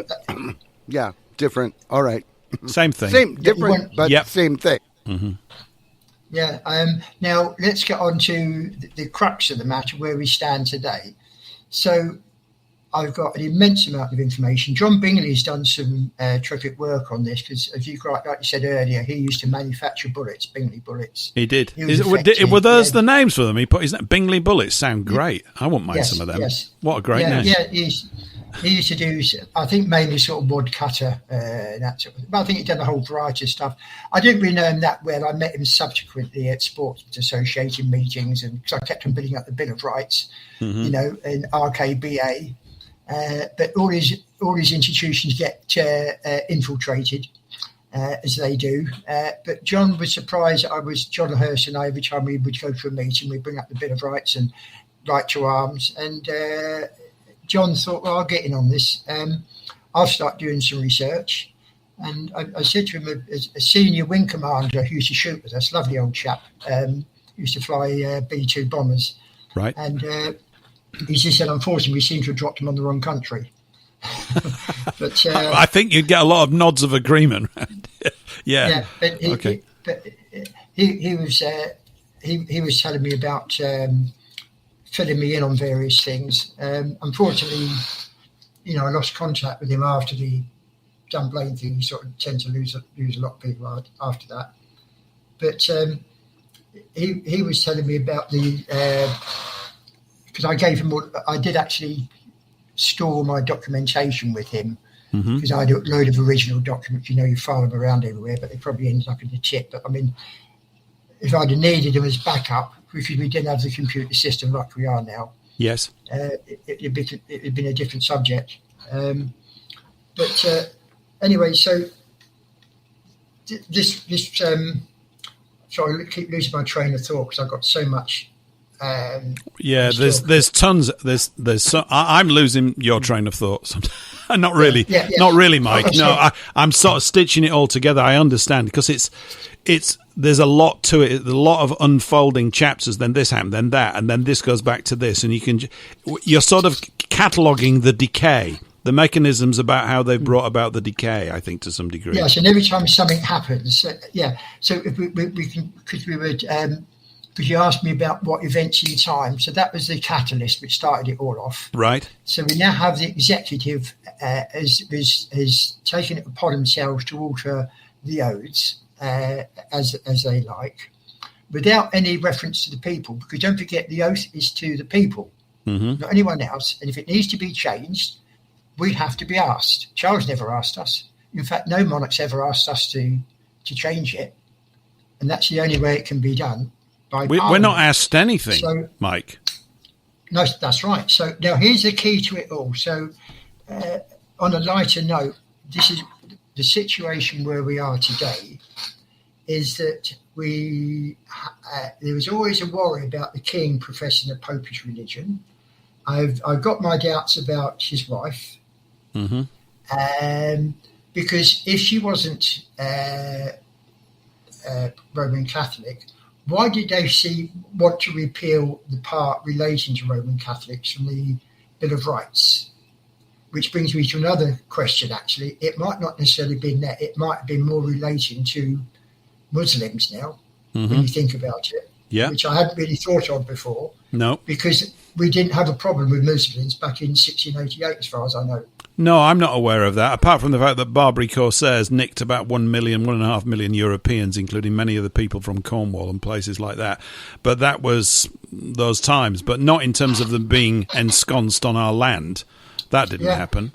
No. So I've been through it all. I've been through this counterattack thing, every system. I've been through their corrupt justice system. I ended up in prison for contempt of court, and that was a joke because it's a foreign jurisdiction and they have they don't follow precedent.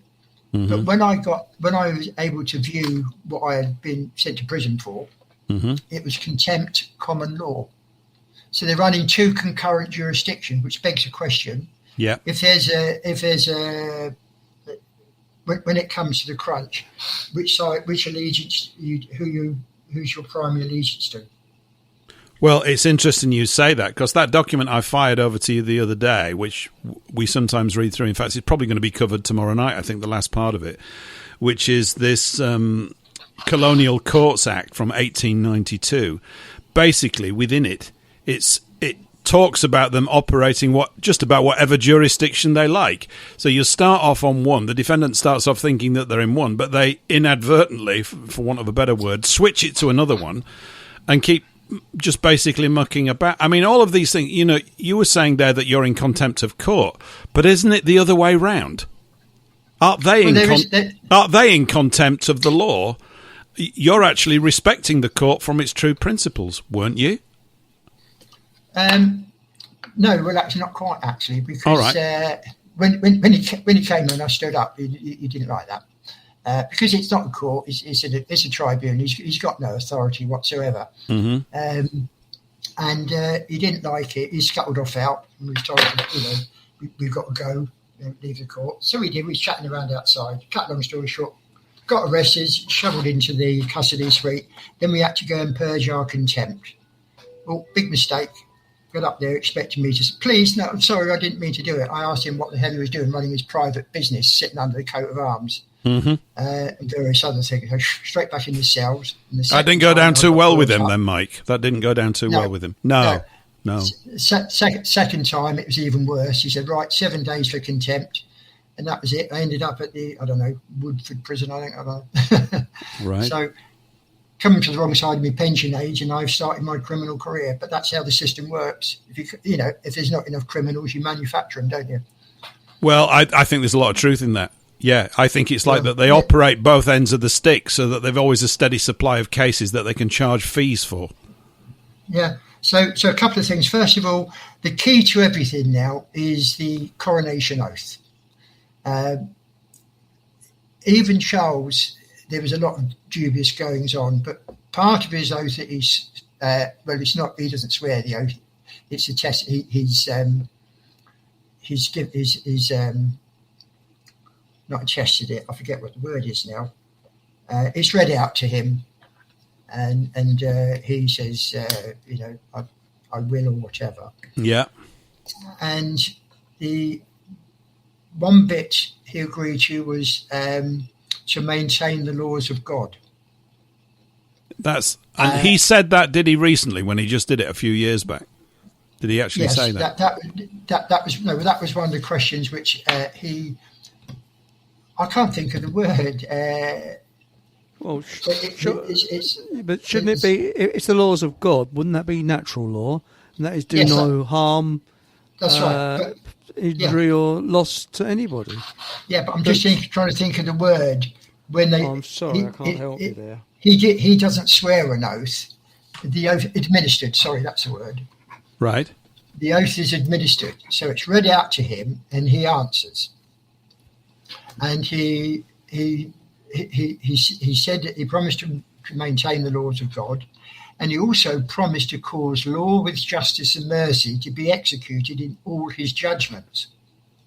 Now, the key part in here is the king as the fountain of every species of justice. And there's a court decision of that, I think it's 1694, something or other. The king is the fountain of every species of justice. Species of justice. What a lovely sentence that is. Is that true, though, Mike? Is that? Yes, I'll read it out to you. This is the killer for them. Right. This is one they don't like, and let me just quickly bring it up.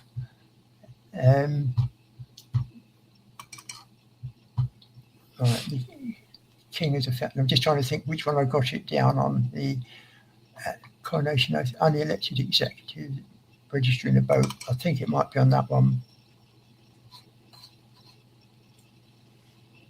Let's have a look. The king is British.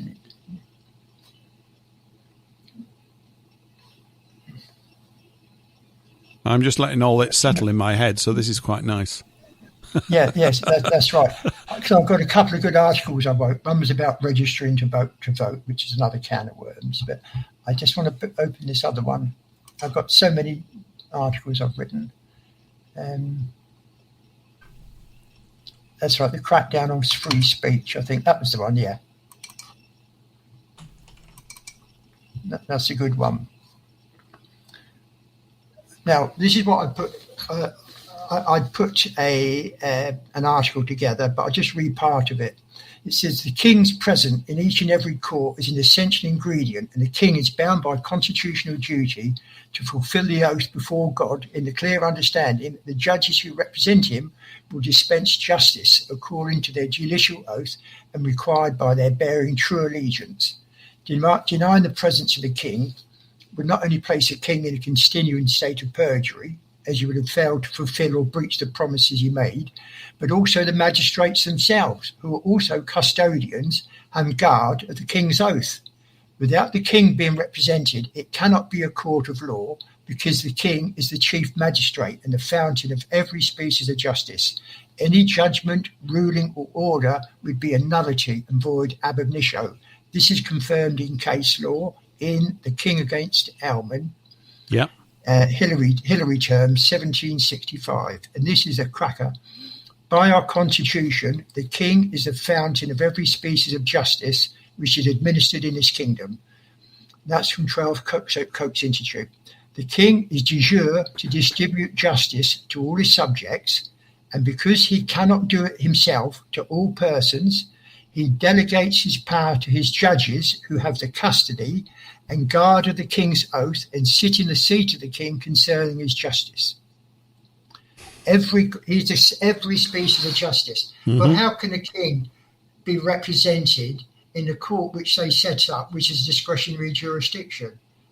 He cannot. And the other thing is, how the hell can the judiciary uphold the rule of law when they're in a discretionary jurisdiction? It's a joke. At our expense, of course. It's a joke at our expense. Yeah. So the so-called judges, they are sitting there instead. 2 words, instead of the king. Yes. In the stead. In other words, in his place. That's right. Because the king can't be in every court. No. So the judges swear the judicial oath and an oath of allegiance to the king, and they sit as if they were the king in the court, deciding the issue. Yeah. You know, no partisan thing, etc., etc. Now, the point is, when you go to court, we know that they've all been taken over, and the judges don't sit judicially; they sit there as this star chamber proceedings. Mm-hmm. And we know this because that they're not represented in any of the courts. But a friend of mine, a very respected member of the community, he was doing the case to do with these child kidnappers in the High Court a year or so ago. And I got him to bring up this case, and he got hold of the office there, the High Court Master's office or something or other, and he wanted to know whether the king was present in court. Well, he was represented in court, and they said no.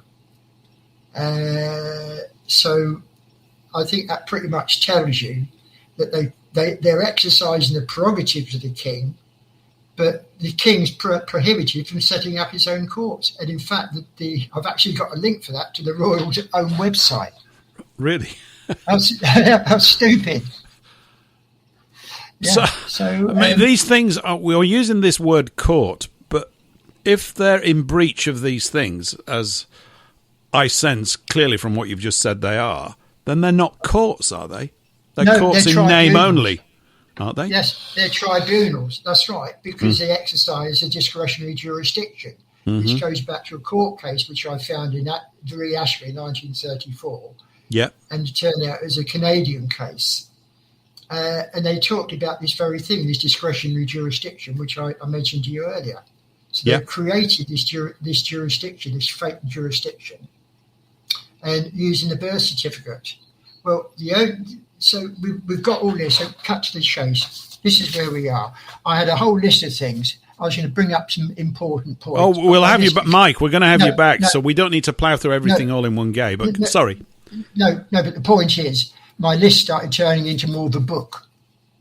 Well, don't you think this is the challenge? I drone on about this quite repeatedly, is to get this absolute, what I consider, you are a keeper of the treasure. You're definitely one of those, right? Because everything you say is the treasure left to us by our forefathers, which we are unfamiliar with. And refamiliarizing as a first step obviously is a key part of this, to get the thing pared down. I mean, it can't be, we've got to cover all these things, but to get it in such a way that we can make it more easily digestible to a wider audience all the time. I mean, it is a considerable communications challenge. It's not that we're short on the truth or the accuracy of the information that you're providing. It's how do we transmit it more effectively tomorrow than we did yesterday. It's that kind of thing, you know, and it's a massive challenge, because we're talking about hundreds of years of linguistic abuse of our system that everybody just, oh, well, that's the way it is. Right. Yeah. Well, I think that's the key. So what if there was a solution? Yes. What if there's a solution? A cure. Yes. And what if that cure could become about quickly? Yes, because I'm on for that. I don't need this list. I got things like, because I got on about the electoral register, because that's another can of worms, and the Army Regulations Bill and the Foreign Enlistment Act, and where they decide who the enemies are, the executive taking control. I've got these AI data centres. I can go on and go on, but what we want to know is, we know what's going on. It's going on a daily basis. It's impacting everyone's lives. Yes. What, in simple terms, can we do about it? And that comes down to one thing. And would you believe the guys kindly helped us? The Coronation Oath and King Charles. You want to listen to some of the documentaries that Laura the Insider who's that guy she speaks to? I can't think, the bishop or something or other, Sir something or other. Okay. Can't think, but anyway, he's got lots of videos because he's professing the Muslim faith. He wants to be, in fact, it was altered in some palace document about being a king of faith, etc. Well, at the end of the day, he's already broken his vows to God. That's, like it or not, it's happened. It happened in my court case. He promised to cause law with justice in mercy to be executing all his judgment. But we don't. You get the opposite, because we've kicked God out of our lives. We're now getting ruled by wrong, not right. Yes. Charles has to go. And fortunately, he's hastening his demise. And what we need to do, to cut to the chase, the throne of England has to be declared vacant. Because it is vacant, isn't it? In actuality, it is currently vacant. Has it been vacant then since 1714, since they started? Yes, it would be, yeah. Yeah. That's right. And now, here we go, and it says here, I'm just going to find the Huddlestone one that just shows you about that they had a partnership. The grievance by causing an executive commission of the Great Seal for erecting a court called the Court of Commissioners for Ecclesiastical Causes. The remedy, the commission for erecting late Court of Commissioners for Ecclesiastical Causes and all other commissions and courts of a like nature are illegal and pernicious, which Oxford English Dictionary calls destructive, ruinous, and fatal. Mm-hmm. That was all started with the Courts Act in 2003. What happened? There should be a Commission of the Peace, and then that's where they set up the new Supreme Court. And is it Faulkner and Blair? Ugh, I'm shuddering. I just felt ill when you said those names. Don't do that. Yeah. And then the Lord Chancellor, being the keeper of the King's conscience or the Queen's conscience, he advised the Queen to hand her prerogatives to Parliament to create this administrative system of law. Mm-hmm. But the Queen couldn't pass it because it was contrary to her oath. So she handed the prerogative to Parliament for them to deal with. But she still, even though Parliament, it was passed through the Commons and the Lords, she still couldn't pass it. So they got her to sign a letters patent, authorising one of the Councillors of State to pass it in her act. What is a letters patent? What is it? I've heard the term many times. It's an open letter, authorising certain things to be done. Okay. So she just said, it's greetings, etc. I've actually got the one with Boris Johnson because someone was doing this research. Oh, you're bringing all the names up, Mike. Yeah. I feel nauseous. Yeah, we're not feeling very good at this end. But because, you're right. In fact, his patent actually said that the office of Lord High Treasurer being vacant. Right. So essentially, I suppose what I'm really saying at the end of the day is that the oath, no monarch has sworn the correct oath, and that's the condition for holding the crown. And there's Barrister's opinion on that as well in 2017. He was trying to get away with some changes to the oath by saying implied repeal. You can't impliedly repeal an oath which the monarch has sworn to us. And if the monarch doesn't keep to that oath, we kick him out and we get a better one.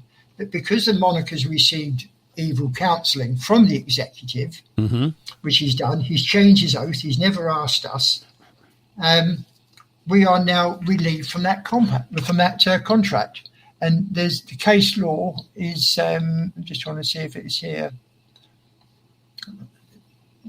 Again, I've got so many articles here. Was that a question from someone? What a question? Yeah, that's Paul. Eric. Oh, was it Paul? Hello? Yes, Paul, yeah. A quick question. So in order to fix it, the monarchy has to be declared vacant. However, Charles does have an heir. Are they going to try and throw William in there to buy them time so they can continue the de facto flubbery, as it were?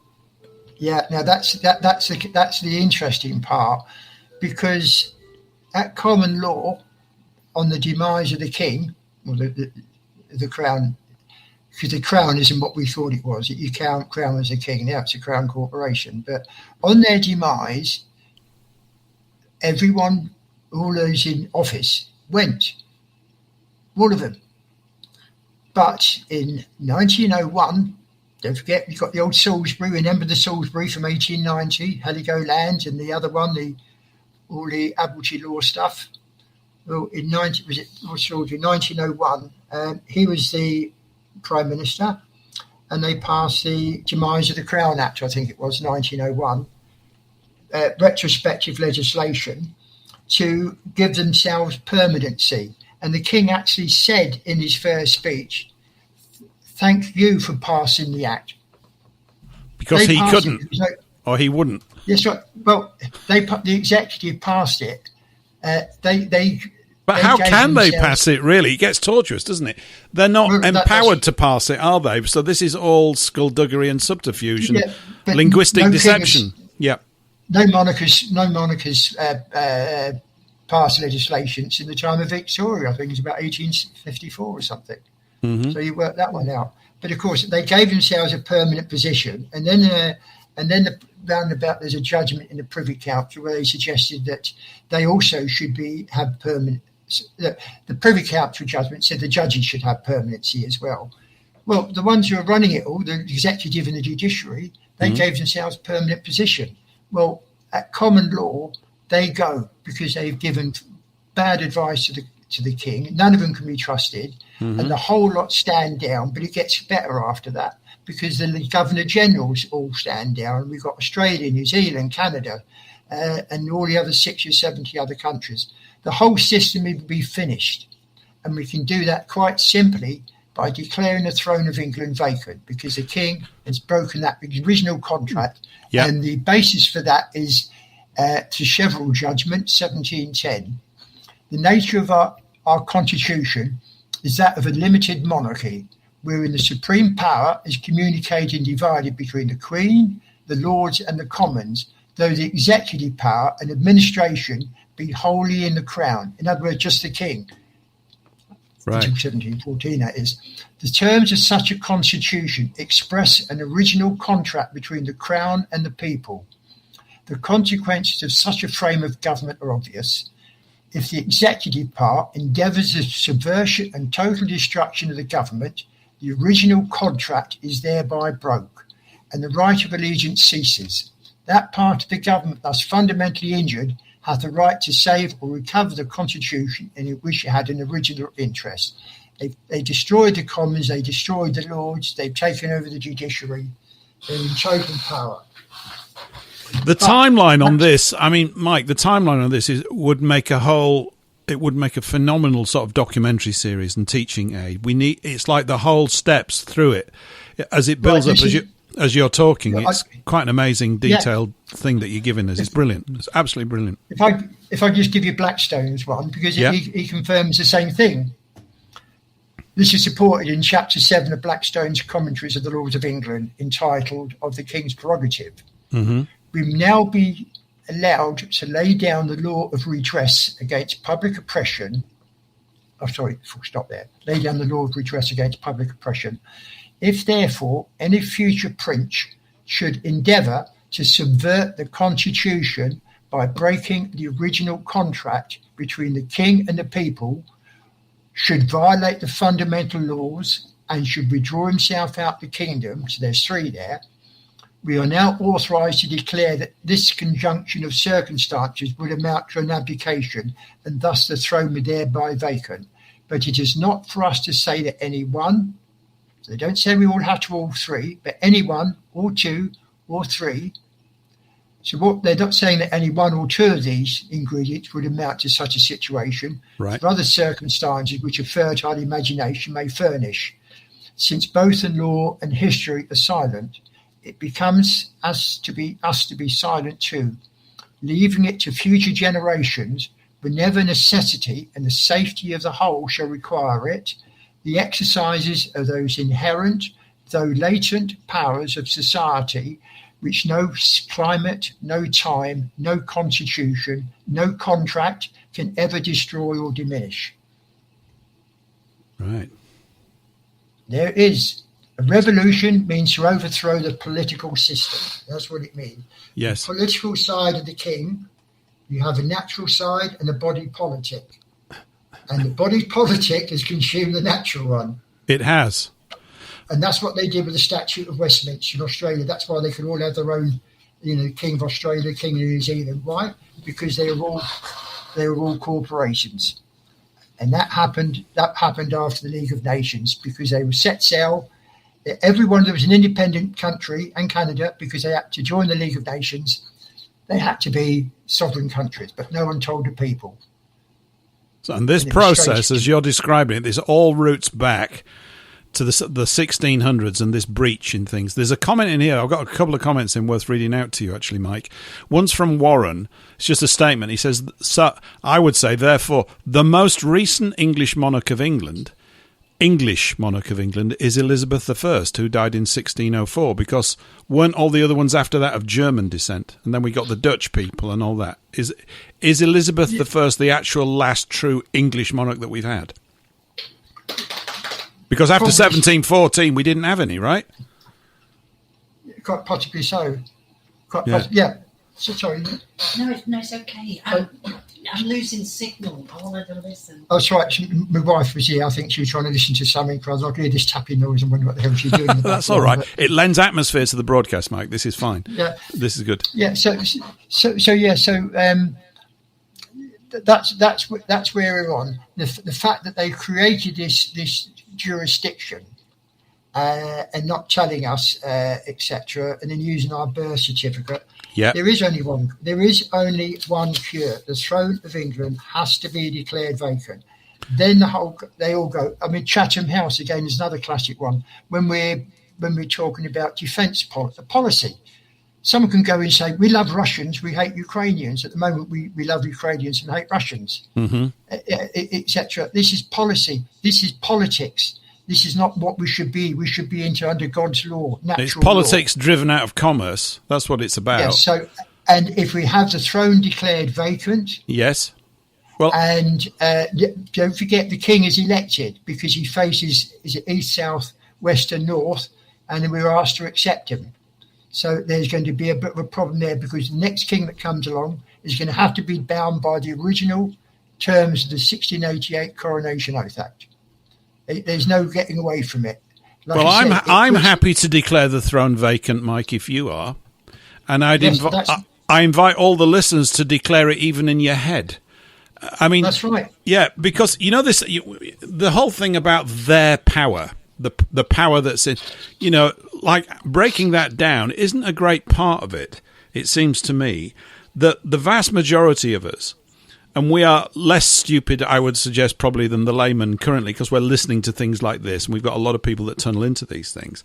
But the vast majority of people are literally unaware of probably anything that you've spoken about at all. I'm more fully aware of it now, and we touch upon this from time to time, but they don't know.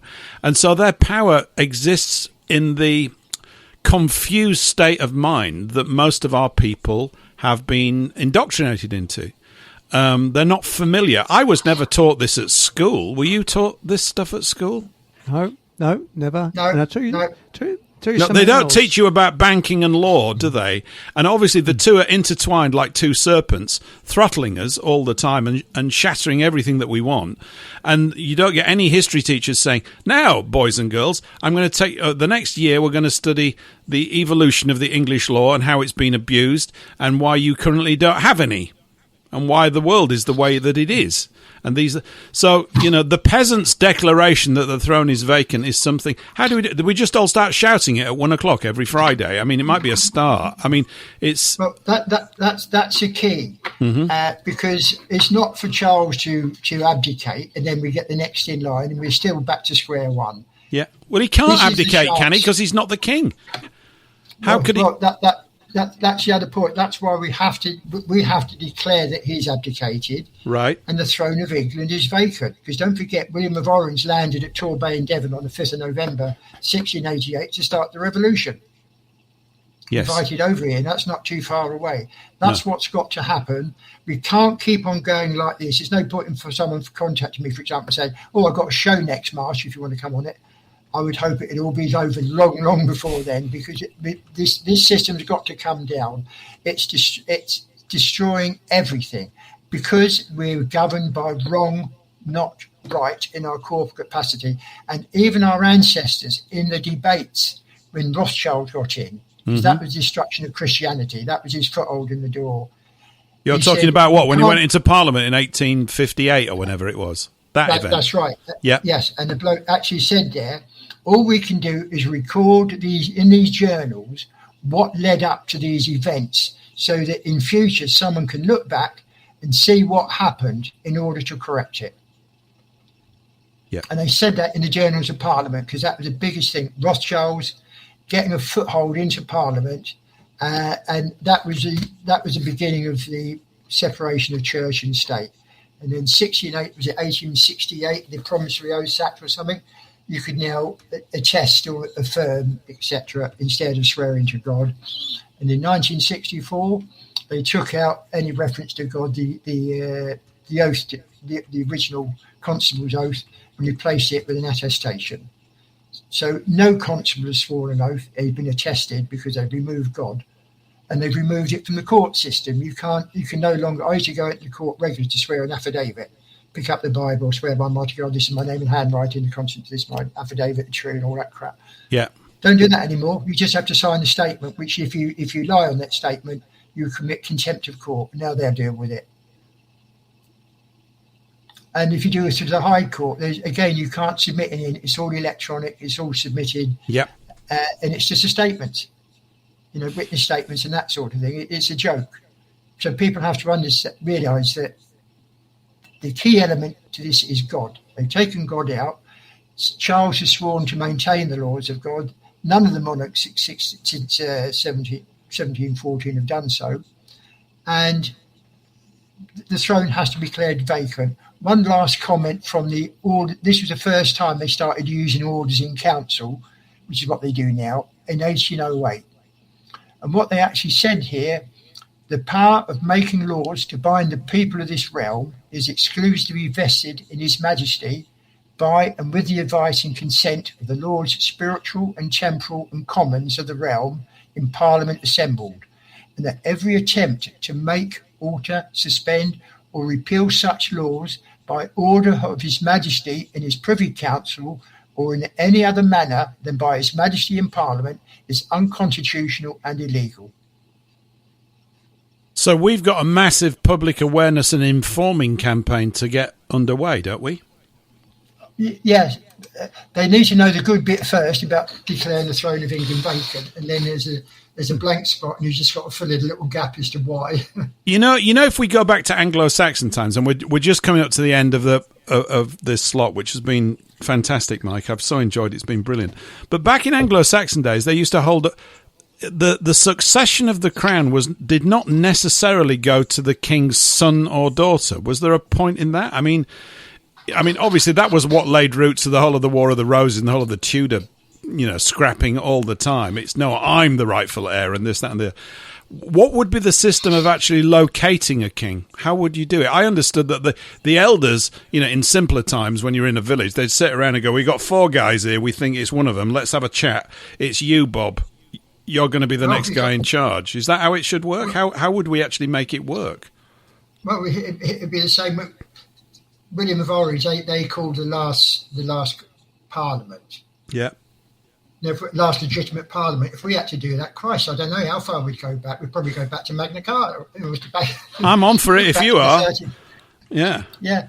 But like I said, this is only a scratch of the information I've got. There's just so much, which is why I got so much information that I can't get it all out. And one thing, when you mention something else, it leads on to it and you forget the original thread. But so, well, I'd like to, out of this show hour as well, I'm going to keep on having a chat with you, because it's almost like a copy briefing has got to be done. Like the organisation you go, well, here's a 3-page leaflet about it, or here's a 1-page poster. Okay, now this is the 3-page. Now this is 16 pages. Just some pathway into getting people. I mean, it's like a degree course in the history that you should have been taught, but that you never were, of course, for obvious reasons. But the documents I might sent to you, I mean, they can be circulated, because you find out about registering to vote, and when you register to vote, you automatically you agree that you live in a democracy. But of course, we don't live in a democracy; we live in a constitutional monarchy. Yeah. But you agree that you live in a democracy and will abide by the decisions. Yes. So you come off the voters list, but then you can't vote for the MP you want. Mm-hmm. So I don't know where we go from here on that one. But anyway, I've got it all chapter and verse. It's some of the ones that I've done, I've sent you. I mean, you're free to circulate them. I've just got to say a little word here, Mike. We're just about to leave WBN 324, so we'll be back again same time next week. That's all I'm going to do. I'm not doing a song right now because we're just talking so much, but it's just to say goodbye to everybody on WBN 324. We're carrying on our FFT radio. If you want to carry on listening, go to paulenglishlive.com and you'll find all the listening links there. Sorry about that, Mike. Please carry on. Yeah. So no, that was it. That was it. Encompasses it. So I've got a load of other stuff, but because the knowledge is so vast.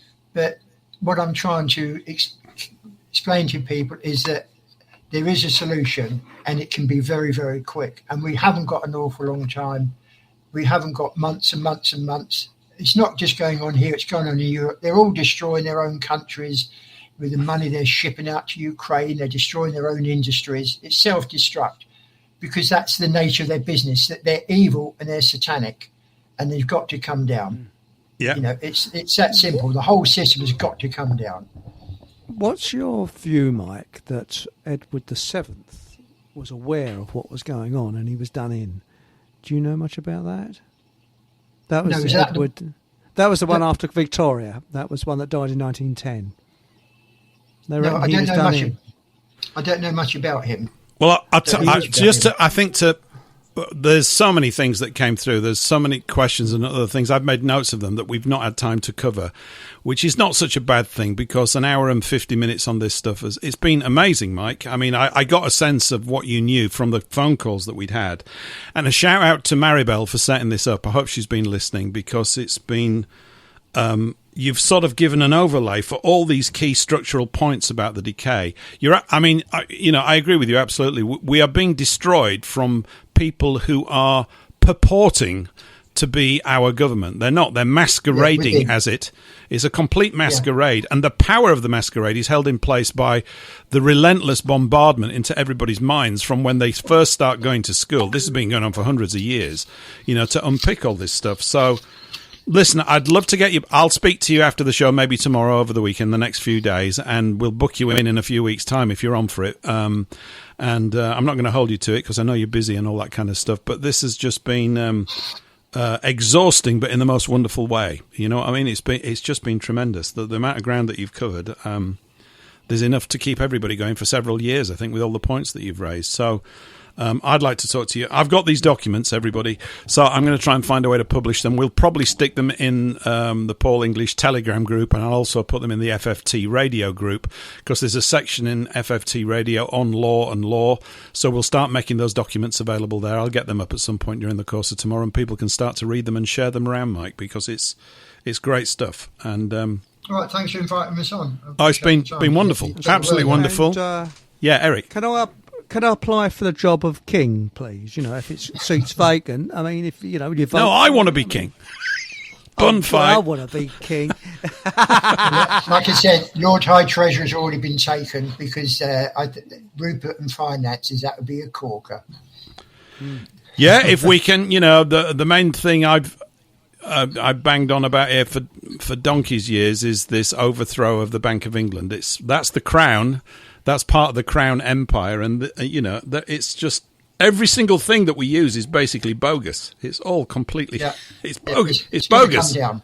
Absolutely, it's got to come down. Yeah, we're run. You're right, by demonic criminals, and the more I look into it, the more demonic they appear to be. Because my family were attacked demonically, and what I experienced was a microcosm of the way governments react.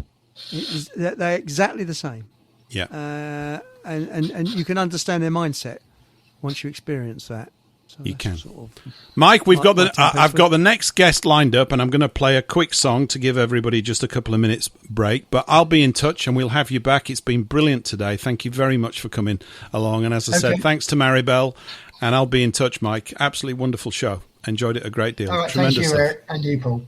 Thank you. Okay, thank you. See you soon, Mike. Thanks. Bye for now. Bye-bye. Bye-bye.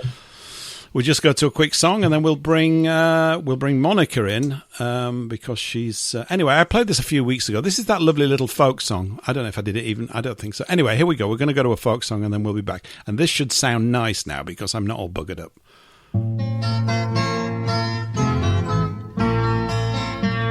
A fine young man it was indeed, all mounted upon his milk-white steed.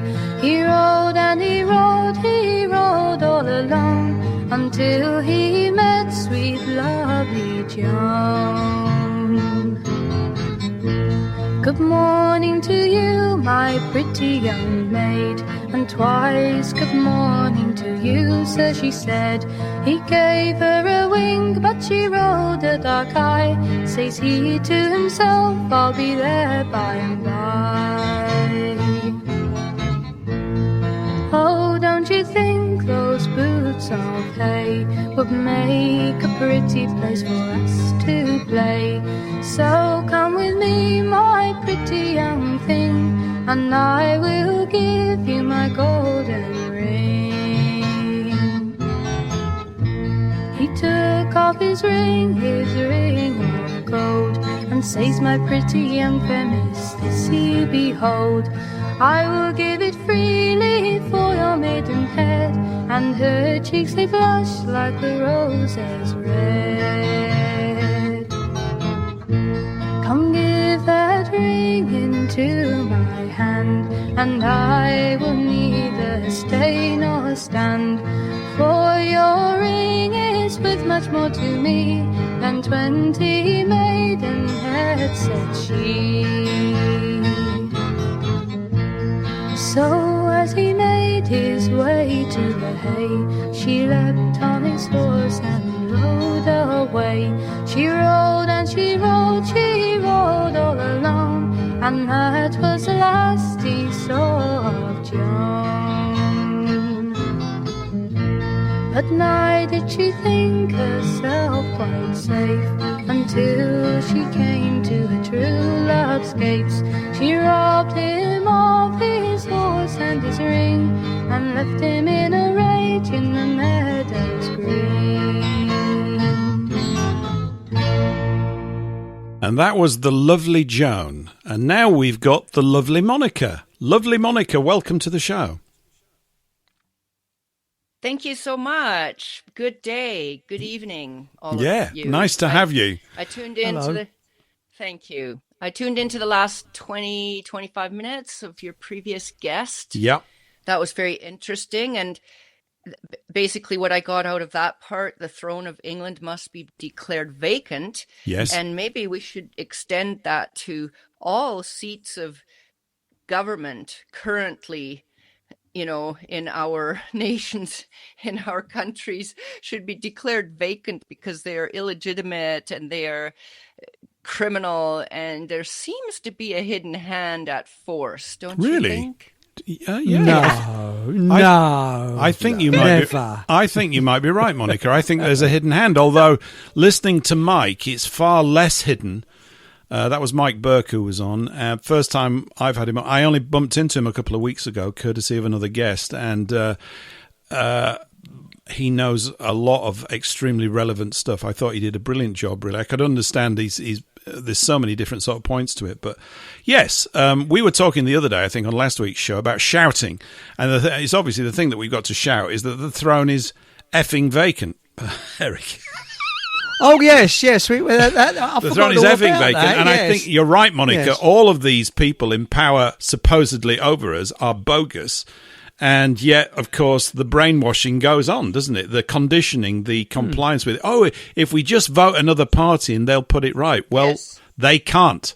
They can't put it right. They're part of the breach in the system itself. None of them can do that until we actually I've mentioned that here in this little island, in this country, we've got a lot of treasure, and Mike is one of the keepers of that.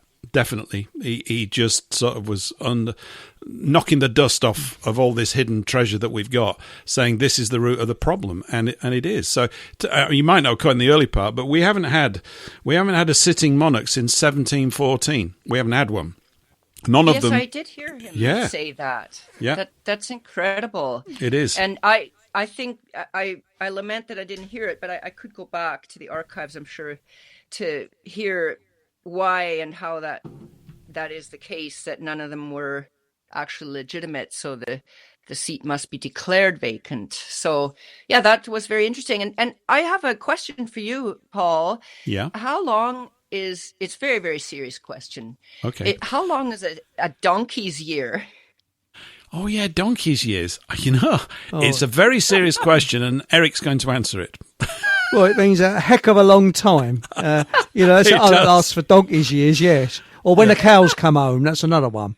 Why have you just got a donkey, Monika? Is that what's happened? No, I think you said it. It hasn't been a legitimate. I think in donkey's you're years. Talking about the throne of England hasn't been legitimately occupied in donkey's years. That's right. It hasn't. It just means very, very... Yes. I don't know why. Do donkeys live a long time, Eric? Do they? I don't know. I don't know, but I know that a donkey in Norfolk means something that you eat. And what it is, it's a big piece of bread that they hollow the inside out, and they put all bits of food in there. And the farmers used to eat a donkey when they went farming. They're So- strange folk in Norfolk, aren't they? I had no idea. Yeah, so because I worked with a fella who said, I've just had me donkey. Pardon? I've just had me donkey. I thought, what's he talking about? Means he just went and had his dinner. So there we go. But Monika, are you up for Queen? What do you think? I'm going to put my name up for it. Oh, why not? Right. I did hear you all kind of competing for that position. I might as well throw my hat into. You've got to practice the wave. You've got to wave with the back of your hand and talk down to people. I've been practicing that. But Monika, you can't support Eric. You've got to support me for king. Ooh, bitch. No, we've all got to fight. Oh, there's only one way to sort it out. As well. Fight. That's right. Paul, you're not going to. Actually, he can't come in. You're in the wrong part of the world. You're not going to be king. Forget that. Actually, Yeah, I'm in Monika's we're part of the Commonwealth world. country, you know. Yeah, King I am Paul in and Monika's part of the Queen. world, so I was all on board to either have Mike dropped for off king there, Eric, or probably on purpose. Monika But anyway, for did queen. you want to get into something more serious? Yes. I mean, that was very serious. We're just something making else light of it. before we go. Sorry, I didn't mean to talk across you there. Please excuse my No, rudeness. that's okay. But I was going to say, did you know that you living in Canada, you only officially own, I'm not sure if it's 1 or 2 feet under your feet, and below that, the monarch of England owns it. Yes, I did know that. That's mineral rights. They talk about Yeah. mineral rights. So we I guess we have just soil rights, but we don't have mineral rights. Yeah, I did know that. I'm not sure exactly what the depth is. I guess you know it better than me, 2 feet or something. If you've got a big apple tree, you could be eating what a King Charlie boy might, because its roots might go below the footage that you're allowed. So They might. There? Yeah, they might. They usually go outwards, though, I think. Well, maybe there's a taproot that goes down, but... But anyway, you could be the monarch, Monika. My last little sort of chirpy thing is, well, Monika the monarch sounds good, doesn't it?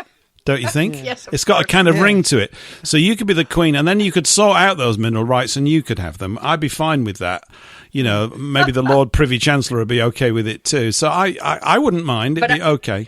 Yeah, and actually, speaking of those mineral rights or soil rights or whatever we do own or not, I mean, they're trying to make it so that we, the people of European ancestry, we own nothing. But the natives own it all, even though they say that they never owned property. That was against their philosophy, against their way of thinking. They did not. No one person had ownership over the land. They thought that was a bizarre concept. But now they own it all. I mean, that's what they're well on their way to trying to establish. Here, especially here in the province where I live, that recently a whole large amount of public lands, and particularly in the provincial capital, were just handed over to them, and they could potentially close those public lands to the public if they choose. It's unbelievable, but that wasn't even the topic that I was going to get into, although it would segue well from this. Yeah, I think it's a good segue. I suspect, Monika, on that score, the goal is not to give them, even though currently, maybe, the current period is that they're being given ownership of this stuff. The main thing is to actually remove ownership from us lot. And then once that's sorted out, then the people that think they own it, they'll find that they don't own it either. They'll lose out to something else. Bingo. Yeah. It's just a domino effect. They'll just take it off them. Well, yeah, we know who's behind all this. It's the same old. Eskimos. So, yeah. The Okay. Eskimos with the little hats. We stay safe around here, Monika. You know what we're like. We're pathetic. Pathetic. you pathetic lot over there. I'm sorry. We it's know true, who though. we're talking about. No. No. Anyway, but they are behind it. The UNDRIP, that's the United Nations Declaration on the Rights of Indigenous Peoples, and they apparently now there's a lot of wheeling and dealing going on between these Indigenous folks and the Chinese, for instance. And apparently that's just fine, according to UNDRIP. If they want to make their business deals, they can. If they want to do some development, at deals with the Chinese, they can. And since, as you say, Paul, the idea here is to dispossess us of European heritage, the white folks, the people who founded and built this country. They want to dispossess us.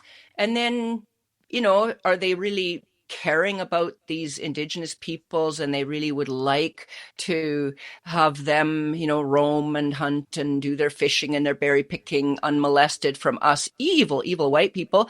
Or is it about something else going on here? I mean, if they're wheeling and dealing with the Chinese to, let's say, do some, pipelines or some gold mines or whatever it is that they're negotiating, and then they're going under the UNDRIP where they don't have to go through the regular channels of whatever they getting permits from the government, which is a criminal organization anyway. But still, what I'm basically trying to say here, it is really about first of all dispossessing us, which I already said, and you said it. And then it's the usual suspects basically running roughshod. I mean, everything they're telling us is completely backwards, really, from reality. In the meantime, they tell us that we're doing too much burning of fossil fuels, so climate change. Meanwhile, the AI centers are going up like mushrooms popping out of a wet forest floor. And that apparently uses a lot of energy and water, but that doesn't get mentioned in their equations of, we have to cut back on our usage of energy. And on and on it goes. But anyway, I did have something else in mind that it's just sort of fresh on my mind that I've been thinking about. Or do you want to stay on this topic? No, I want you. I want to hear from you. So we've done the segue bit, and you go. Your stuff. All right. Yeah. All right. Okay. So this actually happened a few years ago in Canada, and it did get some pushback, and it did, hit the media and the alternative media, and people were talking about it and were outraged about it. But then it kind of went away, and I'm kind of resurrecting this because I think that it is one of the most evil, diabolical, upside down, inverted, anti-life pieces of legislation ever. And it's something called, it's an act, Bill C4 in Canada, an act to amend the criminal code.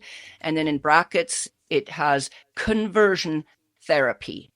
Do any of you have an idea what I am talking about when I say conversion therapy? Is this when you decide to become a Muslim and you need help?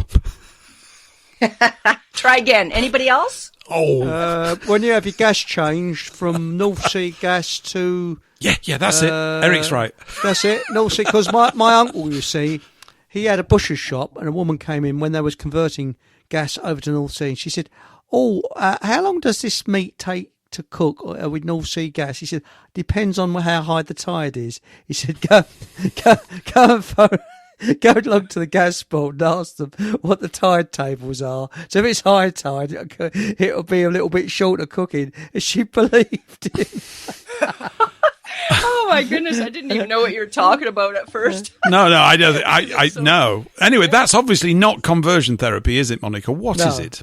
Enlighten us. Oh, it might be. Maybe it's about going from Fahrenheit to Celsius or something. I don't know.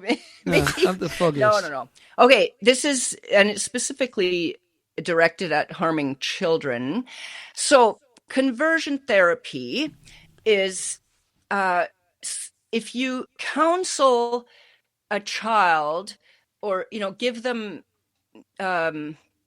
teaching or encouragement to stay with their assigned at birth, the sex that was assigned to them at birth. Assigned to them. Right. Yeah. Yeah. Well, what they are either a girl or boy. Now, if they have been indoctrinated and influenced by all the stuff around us, and in school in particular, they get very, very influenced there with all the sexualization and porno pushing, really, which they sometimes euphemistically call the family health class. So then they want to, do some. They want to, I don't know if I feel more like a boy today or a girl, because that's what they get asked, by their grade 1 teacher. Do you feel more like a girl today or a boy? Anyway, they get all this pressure and they get lots of attention if they suddenly say, I think I'm in the wrong body. Then if somebody was to counsel them that, no, listen, you are just perfect the way you are. And this is how you were born. God made you this way. You are a girl or you are a boy, like whatever it is the case may be. That is conversion therapy, not the ones who are influencing them to change their gender. No, but that's what the word sounds like, doesn't it? Like if you convert something, you're changing it from what it was or what it is to something different. Yes. No, conversion therapy is if let's say you take your child aside and say, hey, listen, that's nonsense. Don't you listen to that. You are just beautiful the way you are. Doesn't matter, little girl, that you love to climb trees. That is the most normal thing in the world. Or it doesn't matter, little boy, that you like to maybe, fix something by sewing with a thread and needle. That's just fine, Yeah, I did. I used to have to mend my jeans sometimes if my mum wasn't around. I had to do that. Yeah, my brother Alfred did too. That's why I thought of that example. Yes, good one. We have pictures of him as a little boy. He's sewing up his little stuffed animal. Because that's not a euphemism for something, is it? His little stuffed animal. No, good grief. No. Oh, God. Oh, my Phew. goodness. Yes. Stop it. Sorry, we're getting out of hand here, aren't we? It was you, Monika. Yes. You're just trouble. Anyway, Sorry. Yeah, trouble. So I'm going to just read a little bit of this legislation. This is right out of the legislation. Conversion therapy is defined as a practice, a treatment, or a service designed to change a person's gender expression so that it conforms to the sex assigned to the person at birth, or repress or reduce non-heterosexual attraction or sexual behavior, or repress a person's non-cisgender identity, or repress or reduce a person's gender expression that does not conform to the sex assigned to the person at birth. And then it goes on to say, the definition also provides for greater certainty. Like here they want to make it, more clear exactly what they're saying, because this is all very, very confusing, right? But for greater certainty, the definition also provides that conversion therapy does not include a practice, treatment, or service that relates to a person's gender transition. And that is not based on an assumption that a particular sexual orientation or a gender identity or a gender expression is to be preferred over another. Okay, that I just am over. I don't know how to express I am. Well done for reading it. Well done for reading raging, it. Yeah. Thank you. I am just livid about this because, you see, this law, like, you will not be criminalized if you take that child and you just pervert them and you confuse them and you cause them to doubt themselves and you cause them all kinds of turmoil, and then you might cause them to become sterile because they might just go along with some of this stuff. No, that's not illegal. In fact, that's protected. They clearly say that here. But the person who tries to put sense into this child that's been influenced by these absolute perverts and this diabolical plan to ruin our children, the person who wants to, remove them from that situation, the person that wants to convince them that they're, what they are is what they are, and this is all just good, that is explicitly a criminal act, and people can go to jail for that. In fact, they have gone to jail for that. Mm-hmm. So up to 5 years for this kind of thing. So anyway, that's what's on my mind right now. And this was passed in early 2022, I believe. I have to check that again, but it was introduced in late 2021 and then passed. This is law in Canada. By who? But I mean, I know this sounds like sort of sophistry or whatever, but the fact is that the actual situation is that the people that are issuing these sentences out of their mouths that they say are laws, those people are in breach of the law.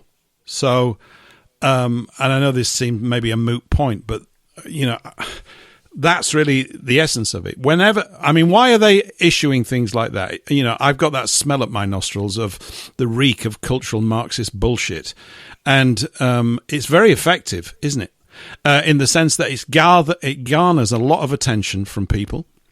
People like yourself currently are getting outraged by it because of what you think it implies, and I understand that as well. But I think there's another stance that can be taken, is that anybody, instead of us defending ourselves against these things, we have to assert our own interests, and it's easier said than done. But there is a route in here. The more we keep, which is basically, did you just say that? Right, well, we're going to lock you up. What's the difference between us and them? They've got a lot of people enthralled to them, literally. They are enthralled, are they not? In the true sense of it, they go, oh, the government, this thing said that. Therefore, I believe in government because obviously we've just got a bad one right now. But if we get a good one, it'll be better. And so it's all these other people around you that actually lend their weight, their sort of supine cowardice to the whole thing. And then you end up in this situation where you're the only person in the room whose light bulbs are on. Everybody else is basically a drone. And so they go along with this stuff. And it's not just this, is it? But of course it is. It's another attack on us. I see this as just another front to wipe us out. That's what it's about, isn't it? Yes. Of course it is. And that's great. I like what you said, Paul. The reality is that families have been split asunder on this, no doubt. The marriages have been split up. Usually it's the man who ends up being criminalized and he goes to jail. There have been cases of people being jailed for trying to protect their young children from these harms. Mm-hmm. And so this is, the government, they're not legitimate. And that was like what we started out talking about, because your previous guest was, so eloquently talking about the throne of England must be declared vacant. And I add that all these governments are illegitimate. So, but still, they do have the power of their, they can come and arrest you. They can take you away in handcuffs. They have the power of the might, I guess, that they have their swords, I guess you could say.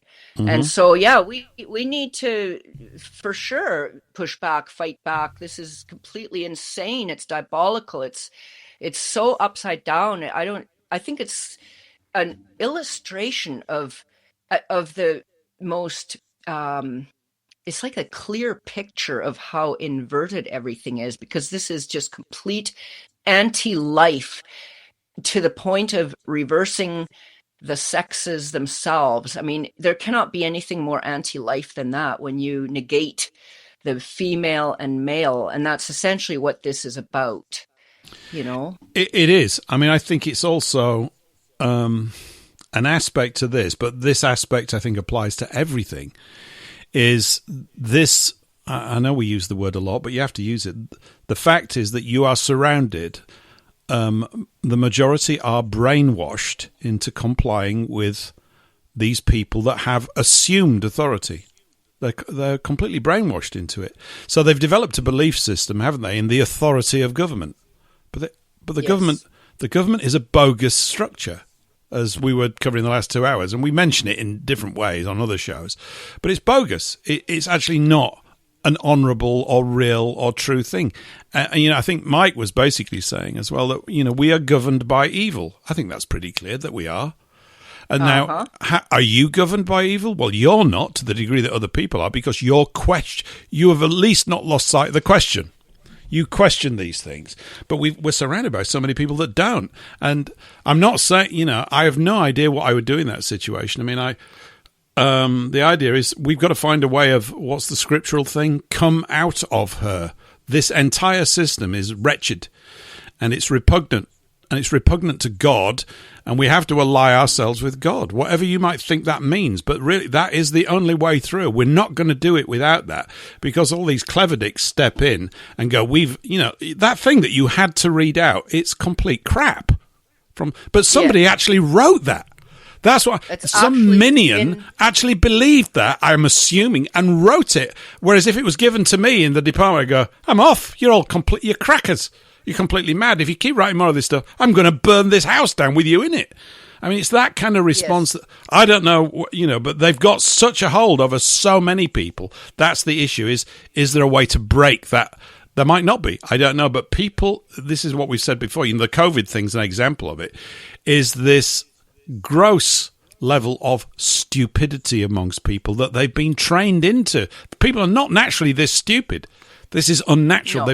They've been inducted into a satanic view of life, a godless. That's what it means, a godless way of life. And if you can't get any sense out of nothing without that. Nothing makes sense. It is a spell. Absolutely. That we have been put under, and we have been dumbed down. Contrary to what we were taught in school, we were given the clear impression that we are on the rise in every aspect in terms of our knowledge and our technological advancement, and our morality is always going forward. We are rising. We are going up. And this was while we were being dumbed down by lies, and not only lies, but, physical assaults and destruction of things in the past which kept us healthy. For example, I mean, it seems like a completely different topic, but it's something that I just recently was seeing some documentary videos on, and that is the great bells.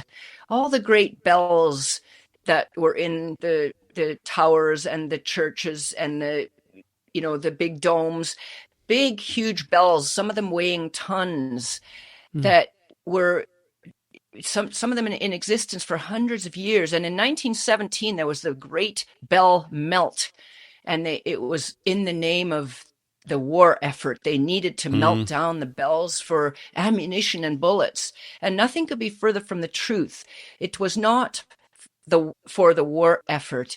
The target itself was the bells, to destroy them, because these bells were finely crafted to create a frequency of vibration with many overtones that were very healing and soothing and beautiful. And I mean, I can't really recount all this, but they were a source of well-being, not just to tell the time, not just to announce the beginning of a mass or to announce that somebody's having a wedding now or something like that, which that was all good and beautiful, but they were actually a source of well-being.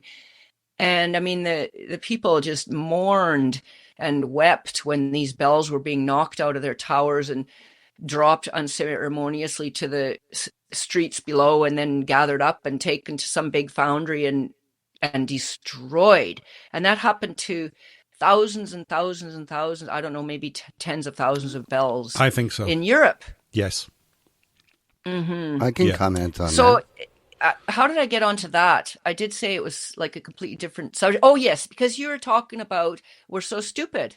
And it is true. We've been put under a spell, and we have been dumbed down by the false education, and we've been something great has been stolen from us, such as, this is one example, these bells. That's just one example.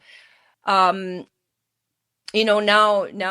what the poisons that were being fed through the air and through the water, and deliberately, not just as a byproduct of industrial, production of goods that we enjoy, but they are purposefully poisoning us. And then, of course, the bioweapons through the vaccination programs that have always been bad, which, when I first started learning about harms of vaccines way back, well, I shouldn't say way back, maybe a dozen years ago, I started to look into that. At first, I thought, well, maybe they started out good, and then they just got usurped by, somebody to make them bad. But no, they have been bad right from the get-go. They have been a form of, poisoning us. I mean, the whole allopathic medical system is bad. The only part that's really, really good in the medical system is when they deal with mechanical issues. They can put us back together again very, very well if we've been in an accident or organs. I know that they can do amazing things with heart issues and whatnot. But when it comes to disease and that kind of thing, the whole system is evil. Actually, the allopathic medical system, it's very bad. So, and they destroyed all the other systems of healing. Whether it was homeopathy or naturopathy, or and then they suppressed Dr. Reiki Hammer with his Germanische Heilkunde. That is, they destroyed him but it was just all very, very, very scientifically proven. He proved, that cancer is not that which we are taught that it is. And he was very successful with his patients and healing them using other way of thinking about it, right? Yeah. So we've been harmed, and yes, we've been dumbed down. So we can be very critical of our fellow men and women who have not yet opened their eyes and not yet seen the light. But I was there just a few short years ago. I was in the same boat. I have a great understanding and a great empathy for our people who have not yet opened their eyes. And I am always obsessed with how can we help these people to open their eyes, because obviously we need more people to open their eyes, and then we can really declare the throne of England must be declared vacant, and all our government representatives are, in a system that is completely illegitimate. I mean, imagine if we were all our people, or most of them, a really grand tipping point would need to be larger, where we knew and understood and just laughed at them when they came with their next mandates, or 5 years ago or whatever. Now, 6 years ago when they came and told us to wear masks, if everybody had just laughed at them and not turned into little, policing each other, because that's what happened. They turned us all into communists because all the people had to police each other. Yeah, anyway, we all became part of the Stasi, a lot of people. Yeah. And there's a certain personality type amongst us that loves that. It's the sort of traffic warden mentality. People who have never had any power, so they go, ooh, I'm boss of all these people and I can intimidate them. They might not think of that consciously, but they get a kick out of it. There's no two ways about it. They do. GVN Paul is trying to talk, I guess, because he says, can you guys hear me? I guess he's been trying to talk. Yeah, he tried to. Chat. Yeah, Paul, he was a few minutes ago, but you were on a roll, Monika, and it was good. It was a good roll, by the way. Yeah, not a bread roll. It was a good roll. Paul, yeah, you wanted to say something. Sorry. Well, yeah. Can you guys hear me? Yes, yeah, we Maybe can hear you great. Hear him. Okay, good. Oh, I can't. All right. Okay. Can't you hear him, Monika? No, he's not coming through at all. Not for me. So I don't know. You must be hearing him on a different platform. No, he's in the studio. Weird. That's really weird. This happened to someone the other day. Weird. That is super weird. Kick me out and bring me back in. I can hear you, and I could hear Eric a moment ago when he said spot on, but I cannot. Can you hear him, Eric? Yes, I can hear him, yeah. Loud and clear. Okay. Kick me out and then bring me back in. I'll Kick me do out that. And bring me back in. I've always wanted to kick someone out. I mean, I just have. This is the beginning of me becoming an audio bouncer. I'm going to become an audio bouncer, so I'm just going to... I'm going to kick you from the studio. Get ready to be kicked, Paul. 3, 2, 1, bang! Oh, right. He's gone. Yeah, we got rid of him. He was just a troublemaker. No, he'll come back. He'll be back in a second. Can you hear me? Everybody still hear one another that's here? Yeah. Cool? Yeah. And I wanted to ask you right at the beginning if I was too loud or too soft, because I could adjust, No, I've turned you up a little bit. Don't worry, I've audio mixed it here. I think you're great. Everything sounds crystal clear to me. You sound really good. So, thank you. Yeah, where were we? Paul's about to come back with a question, so we're sat here with bated breath. Here we go. He's back. Hello. Hello Hi there. Okay, can you hear me now? Yes. Okay. Honestly, that is so weird. What they have done it is basically destruction of a cross between the moral fabric of society, or societies in general, and also the destruction of the family unit. Like, the whole thing with conversion therapy used to be used to have been sanctioned by the church and everything. And conversion therapy was what they did to homosexuals, trying to fix them with respect to God and the way things were supposed to be. But then they've also been tearing at the moral fabric of the family and society in general, because during COVID, when everybody was locked down and only essential workers were allowed to leave their houses, there was an absolute explosion of incest porn. And it absolutely, I believe it was by design to destroy the moral fabric and the moral conscience of people in general. And one of the ways they did that was locking up mothers with fathers, brothers with sisters, and families in general, knowing that eventually nature would take its course. And it took them months to accomplish that, and I think they did. These are absolutely horrible people. Well, if they are people, but they are, yeah. Sorry, good point. Just for one moment, my brain went on a different track. And where did this happen, where they locked up the mothers with daughters and the fathers with the sons? When and where was that going on? It was the whole lockdown in America during the COVID thing. Yes. The whole COVID lockdown thing. The whole COVID lockdown thing. Sorry, I thought you were talking about some past event. This is just recent.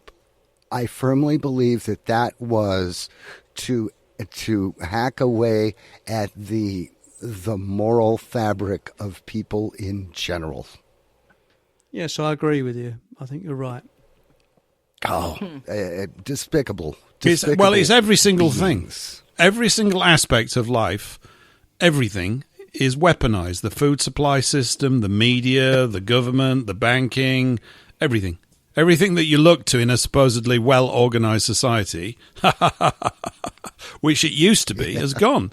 I think, the thing about the bells, of course, I think it touches on something else that if and we talk about buildings here, but it's in the same sort of channel. The absence of beauty, the growing absence of beauty in all things, the design of things and stuff, the only thing that they spend time designing now is the latest smartphone, which looks like every other thing. But actual stuff, there is no value added because there aren't any. They've created a system that has removed the artisan from our world. The artisans are few and far between, aren't they? And because no one can make a living doing that sort of stuff unless you've got a rich patron. And maybe it was always like that to some degree. But you look back at the things, those sorts of stories that you're attracted to. I mean, the idea of the prince and the princess and the knights and all this stuff and castles. I mean, I know I'm being silly, but they've got a beauty to them. There's something about the scenes and the settings. It's real. It's truthful. It feels honourable and direct. Everything now, courtesy of this veil that has been thrown over us, courtesy of the mainstream media, amongst many other things, has put everybody in a kind of state of suspended, animation. It's just odd. It is very odd. You've got to fight every day. I think fight's probably the right word, to retain your consciousness and your sanity. And I do think the best way to do it is you continually question everything. I mean, I don't know what your day's like, Monika, Eric and Paul. I suspect it's similar to this. From the moment I wake to the moment I go to sleep, I'm never stopped thinking about all this stuff. I just don't. Yeah. It's just nonsense. Yeah. It's 7 days a week. It's been like this for years, because and you get a bit frustrated going, I haven't seen the key yet. Maybe that's a delusion that there is one simple key. I don't know, but I do think that without us standing, we want to combat these things, but we need to really address our own foundation. I tend to think, because the more we get in touch with and live out of our own genuine foundation of life, which is you need to know who we are as a race, what we've done, what we can do, and to live in that space more than we live in the fear porn world. That's the first one hurdle to overcome, because we're just bombarded with puke 24/7. And I like to listen to other radio guys and gals that are out there closer to the mainstream media thing. But I tend to the view, and look, I'm still learning on this kind of front as well, that most of us are using the wrong sentences. We're not actually focused in the right way. There's that clever dick phrase, but it's kind of true. To some degree, we've all ingested the command structure of the enemy. You know, their language, their terms. We use the words that they keep creating. And because they're able to publish them in such huge, powerful ways through into your head 24/7, you know, the whole of the newscasting system, what's the point of it? It's mad. I mean, it's just complete fiction. So when you say using their words, are you talking about their, you know, for example, they describe cameras as flock cameras, and I think we should call them outdoor prison cameras. Yeah, well, maybe. But I mean, I'm just thinking about what you read out. You know, that type of language, the way that stuff is written. If you look at the way that court legalese is written, it's crap. I'd fire these people for writing sentences like that. And I mean it. It comes right down to the words. If a teenager of average intelligence cannot comprehend it, it's not that he or she is thick. It's that you, sir, can't write, madam. You can't write. You've got to be read to be understood and comprehended. And they don't write like that. They write intentionally to confuse and then shame you for being a thicko in the class. And you go, you know, it's that. It's got to be reversed. These things that are written in laws, it's actually got a name for it's another language, and this language is called legalese. Yes. Legalese. And then that's a big reason why they say you all have to have a lawyer. I mean, you don't have to have a lawyer when you go to court. If you're charged with whatever, you don't have to have a lawyer. You can go and speak for yourself, speak on your own behalf. Mm-hmm. However, they strongly discourage people to do that. They strongly encourage you to have a lawyer. And a lot of it is because of this language, this legalese. However, if you do go and speak on your own behalf, if you have the unfortunate fate of being in front of their court system, that if you are on your own there, the judge has the moral, or not just the moral obligation, but has the obligation to explain the legalese, that to translate, turn it into a language you could understand. Mm-hmm. Yeah. Well, the mere fact that you need an interpreter, i.e. a lawyer, means that you can't be stood in the face of the law. I mean, they say ignorance or ignorance is no defense. And this is actually true, because ignorance more than implies, what it's stating is you knew about this thing and you chose not to give it any conscious attention.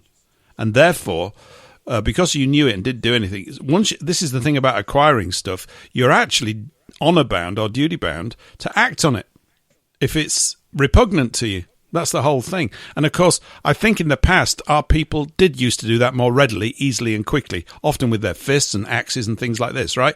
That was the times. I'm not calling to go back to that.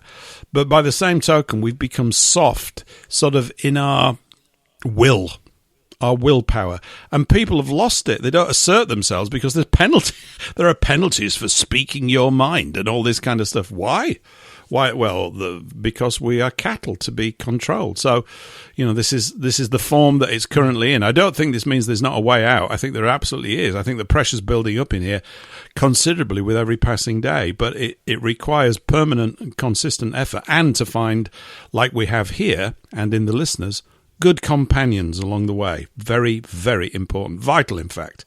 Vital that you have good companions. You're right that it can't, the overthrow of this, it cannot be stopped. And I'll just quote my brother some of his excellent little metaphors that he uses. It's like if you might have drank the finest wine in the world, but you overdid it and you had way too much. Well, your body is not going to pay attention to the fact that this was very, very expensive wine. If you needed to get rid of it, you will vomit and it will just come out and you cannot stop it. And that's you know, this is like a volcano about to erupt, that when we do have, I mean, we can't go down much further here, and this is going to erupt. And I think that our opponents are very afraid. They are very, very afraid, because they know that when this erupts, boy, oh boy, they are going to be hiding and running. And the other metaphor he says is, it's like trying to stop a hurricane by farting into the wind. Mm-hmm. I mean, I yeah. think you're right in some regards, but also if we look at how they have behaved and their acolytes and the helpers that they have from our own race, the ones that have fallen lower than you could possibly go, their capacity for vicious behavior appears to be almost unlimited. I mean, and I'm talking about their control of food, which is a biggie. I heard a farmer on another show this morning. He was on the Mike Graham show, which is this morning radio gig that goes out on YouTube, and it's not mainstream. He used to be mainstream. It's moving more and more in this direction. The farmer came on, and it was quietly, it was very well put, but seriously alarming. A guy from Wales, and he was just talking about the crop yields and all this stuff, and he said people need to get organised. And I'm not trying to sort of fearmonger, but it's just a matter of exercising some responsibility with this. It won't hurt to actually start to build up some kind of a store. Whether that would be enough, I don't know. These things are a bit like facing a tidal wave. It would be, maybe we've said it before, if I informed everybody there's a tidal wave coming in about 5 hours, you go, what do I do? I go, there's nothing. We can't. It's too late. It's over. Right. It's finished. We can't do anything in 5 hours. It doesn't matter even if you could get 50 miles away or 100 miles. Everybody else is going to be trying to do that, and it'll be just mayhem. And sorry, so just sit down, have a pint, write your last letters and put them in a bottle or something. They might get found. I don't know what to say. But I think if you look at their behaviour historically, it's not good toward us. That's putting it mildly. I'm using English understatement as far as I can use it, Well, more people have been killed by their own governments than all the wars put together. Yeah. Mm-hmm. Governments are dangerous, and I question whether we need them. But the trouble is, if you did away with government tomorrow, it would be chaos, and it's actually education of the masses to be self-supporting and self-reliant. That's the thing. Take care of our own lives. We don't need these complete strangers and psychos in government telling you what to do. But I've got a feeling something that we will least expect will happen that will work in our favour. And at the moment, people are too comfortable. They won't do anything whilst they're comfortable. Once the supermarket shelves are empty, then they'll do something, but not until. And the government are aware of that. So you'll be able to get a hold of high carbohydrate junk food and sweet stuff, yes, but you won't be able to get a hold of quality food. And I think that's what they want to do. They don't want you to have meat. Why? Because humans naturally eat meat. We are meat eaters, and if we don't eat meat, we get very angry. We need to go to Brazil, Eric. They've got 237 million head of cattle. That's where we need to go if you want meat. Yeah. I mean, I can't consider the idea of going somewhere else. I don't know what it's like for you, Monika. I can't. It just doesn't seem. Look, we've all got to go sometime. Everybody dies, but not everybody lives. I would suggest to you that at least we are giving it a good shake of the dice here, doing our best to live honourably. I like that, what you just said. Everybody dies, but not everybody lives. That's really good. Profound. Well, maybe it's kind of true, isn't it? This is why you get frustrated with dopey people around you. You sort of like want to shake them up and slap them and go, look, do you know what you're being given? You've got life. Why don't you use it? Right? Why don't you start shouting? Oh, no, this is going to... I can't abide it. I mean, it literally makes my skin crawl and I have to go away because I'm going to throw up. People. It's only when they start shouting as well. I know we were talking about it last week, and it seems like a joke. Oh, we were, yeah. But when you start to make a noise and you get in touch with that stuff, and it's not far away from me all the time, but I like to talk normally, but it's not far off, right? You find out you've got colossal access to energy. It's off the charts. There are huge forces going on in people, but they're scared of them. They're almost like scared of themselves. Oh, I can't behave like that. You can, and you need to, but people won't approve. Forget them. You might inspire another couple of lunatics to stand up and go, enough. And this is where we're at. We're at the enough point. We're just looking for methodologies where I guess all of us, including myself, don't want to get killed in the process. This is true. This is absolutely true. Unfortunately, if you look at history, many good people did. And because you hit a point, you go, this is not life. I'm not living. It doesn't matter now if I die. I'm just going to fight you. Yeah, you're going to lose. Yeah. I don't care. I'm still fighting you. I don't care about that. Go down. You don't want to go down on your knees. You want to go down fighting. Yeah. And then, I want to just bring it back to something you said earlier about beauty in objects around us and in our, I think of it as functional art, when people build things or make things that are not just of a utilitarian nature, but also they are a work of art. Like if you build a piece of furniture, a chair or a table, and it's got beautifully carved legs and ornaments, or just on your fence outside, it's a beautiful ornamental object of beauty as well as functional. Mm-hmm. And it used to be so common that buildings were like that. And sorry to veer the subject, but just want to bring it back to that, because in our everyday lives, yes, we can do whatever we can, and everybody's going to have different things that they can do. Everybody has different talents, and we can, scream and shout. We can try to wake people up. We can do things. But also every day we should be consciously having activities in our lives or that are joyful, that we are living with joy, that maybe it does consist of, that you're building something and it has beauty in it, not just utilitarian, this kind of thing, or that you play music or you walk in the woods and just doing something that is enjoyable and beautiful. Yes. Hopefully you share laughter with people. But at the same time, daily, everybody can do something in this war that we are in. And at some point, we are just going to, it's going to be enough. Like you said this earlier, enough. It's enough. Yeah. It's time. What's that phrase, Eric? Had enough yet? Yes. Yes. Yeah. Had enough yet? We need a one. That was a fast hour, Monika. Wasn't that fast? Oh my goodness! Can you hear the music? Already? It's done already. We're on a roll here. Goodness. I know it's unbelievable. It was most enjoyable. It always is with you, Monika. I love it. Did you know I didn't even send you? Did you see? I didn't even send you a message. I was that confident you were going to rock up today. How about that? I'm glad you confirmed that, because then I was worried that maybe my system of communication doesn't work. No, we're getting on telepathic levels now. I thought Monika's going to be there because she's just solid as a rock, and it's just fantastic. Monika, it's been lovely having you back again. It really is. And now that you're here, it seems a long time since the last one. But when I thought about you coming on this week, I thought, wasn't she just here last week? But it wasn't. Yeah. So. Yeah, that's right. Anyway, Monika Schaefer for Queen Mum. Monika Schaefer for Queen Mum. Absolutely. Anyway, everyone, we'll be back. I got 20 seconds there, so just right. We're going to be back next week, of course, usual time, and Monika will be back here next month. Thanks very much for being with us this evening, and thanks also to Mike Burke, who made the first 2 hours brilliant. We'll see you next week, everybody. Bye for now. Bye-bye. Bye-bye.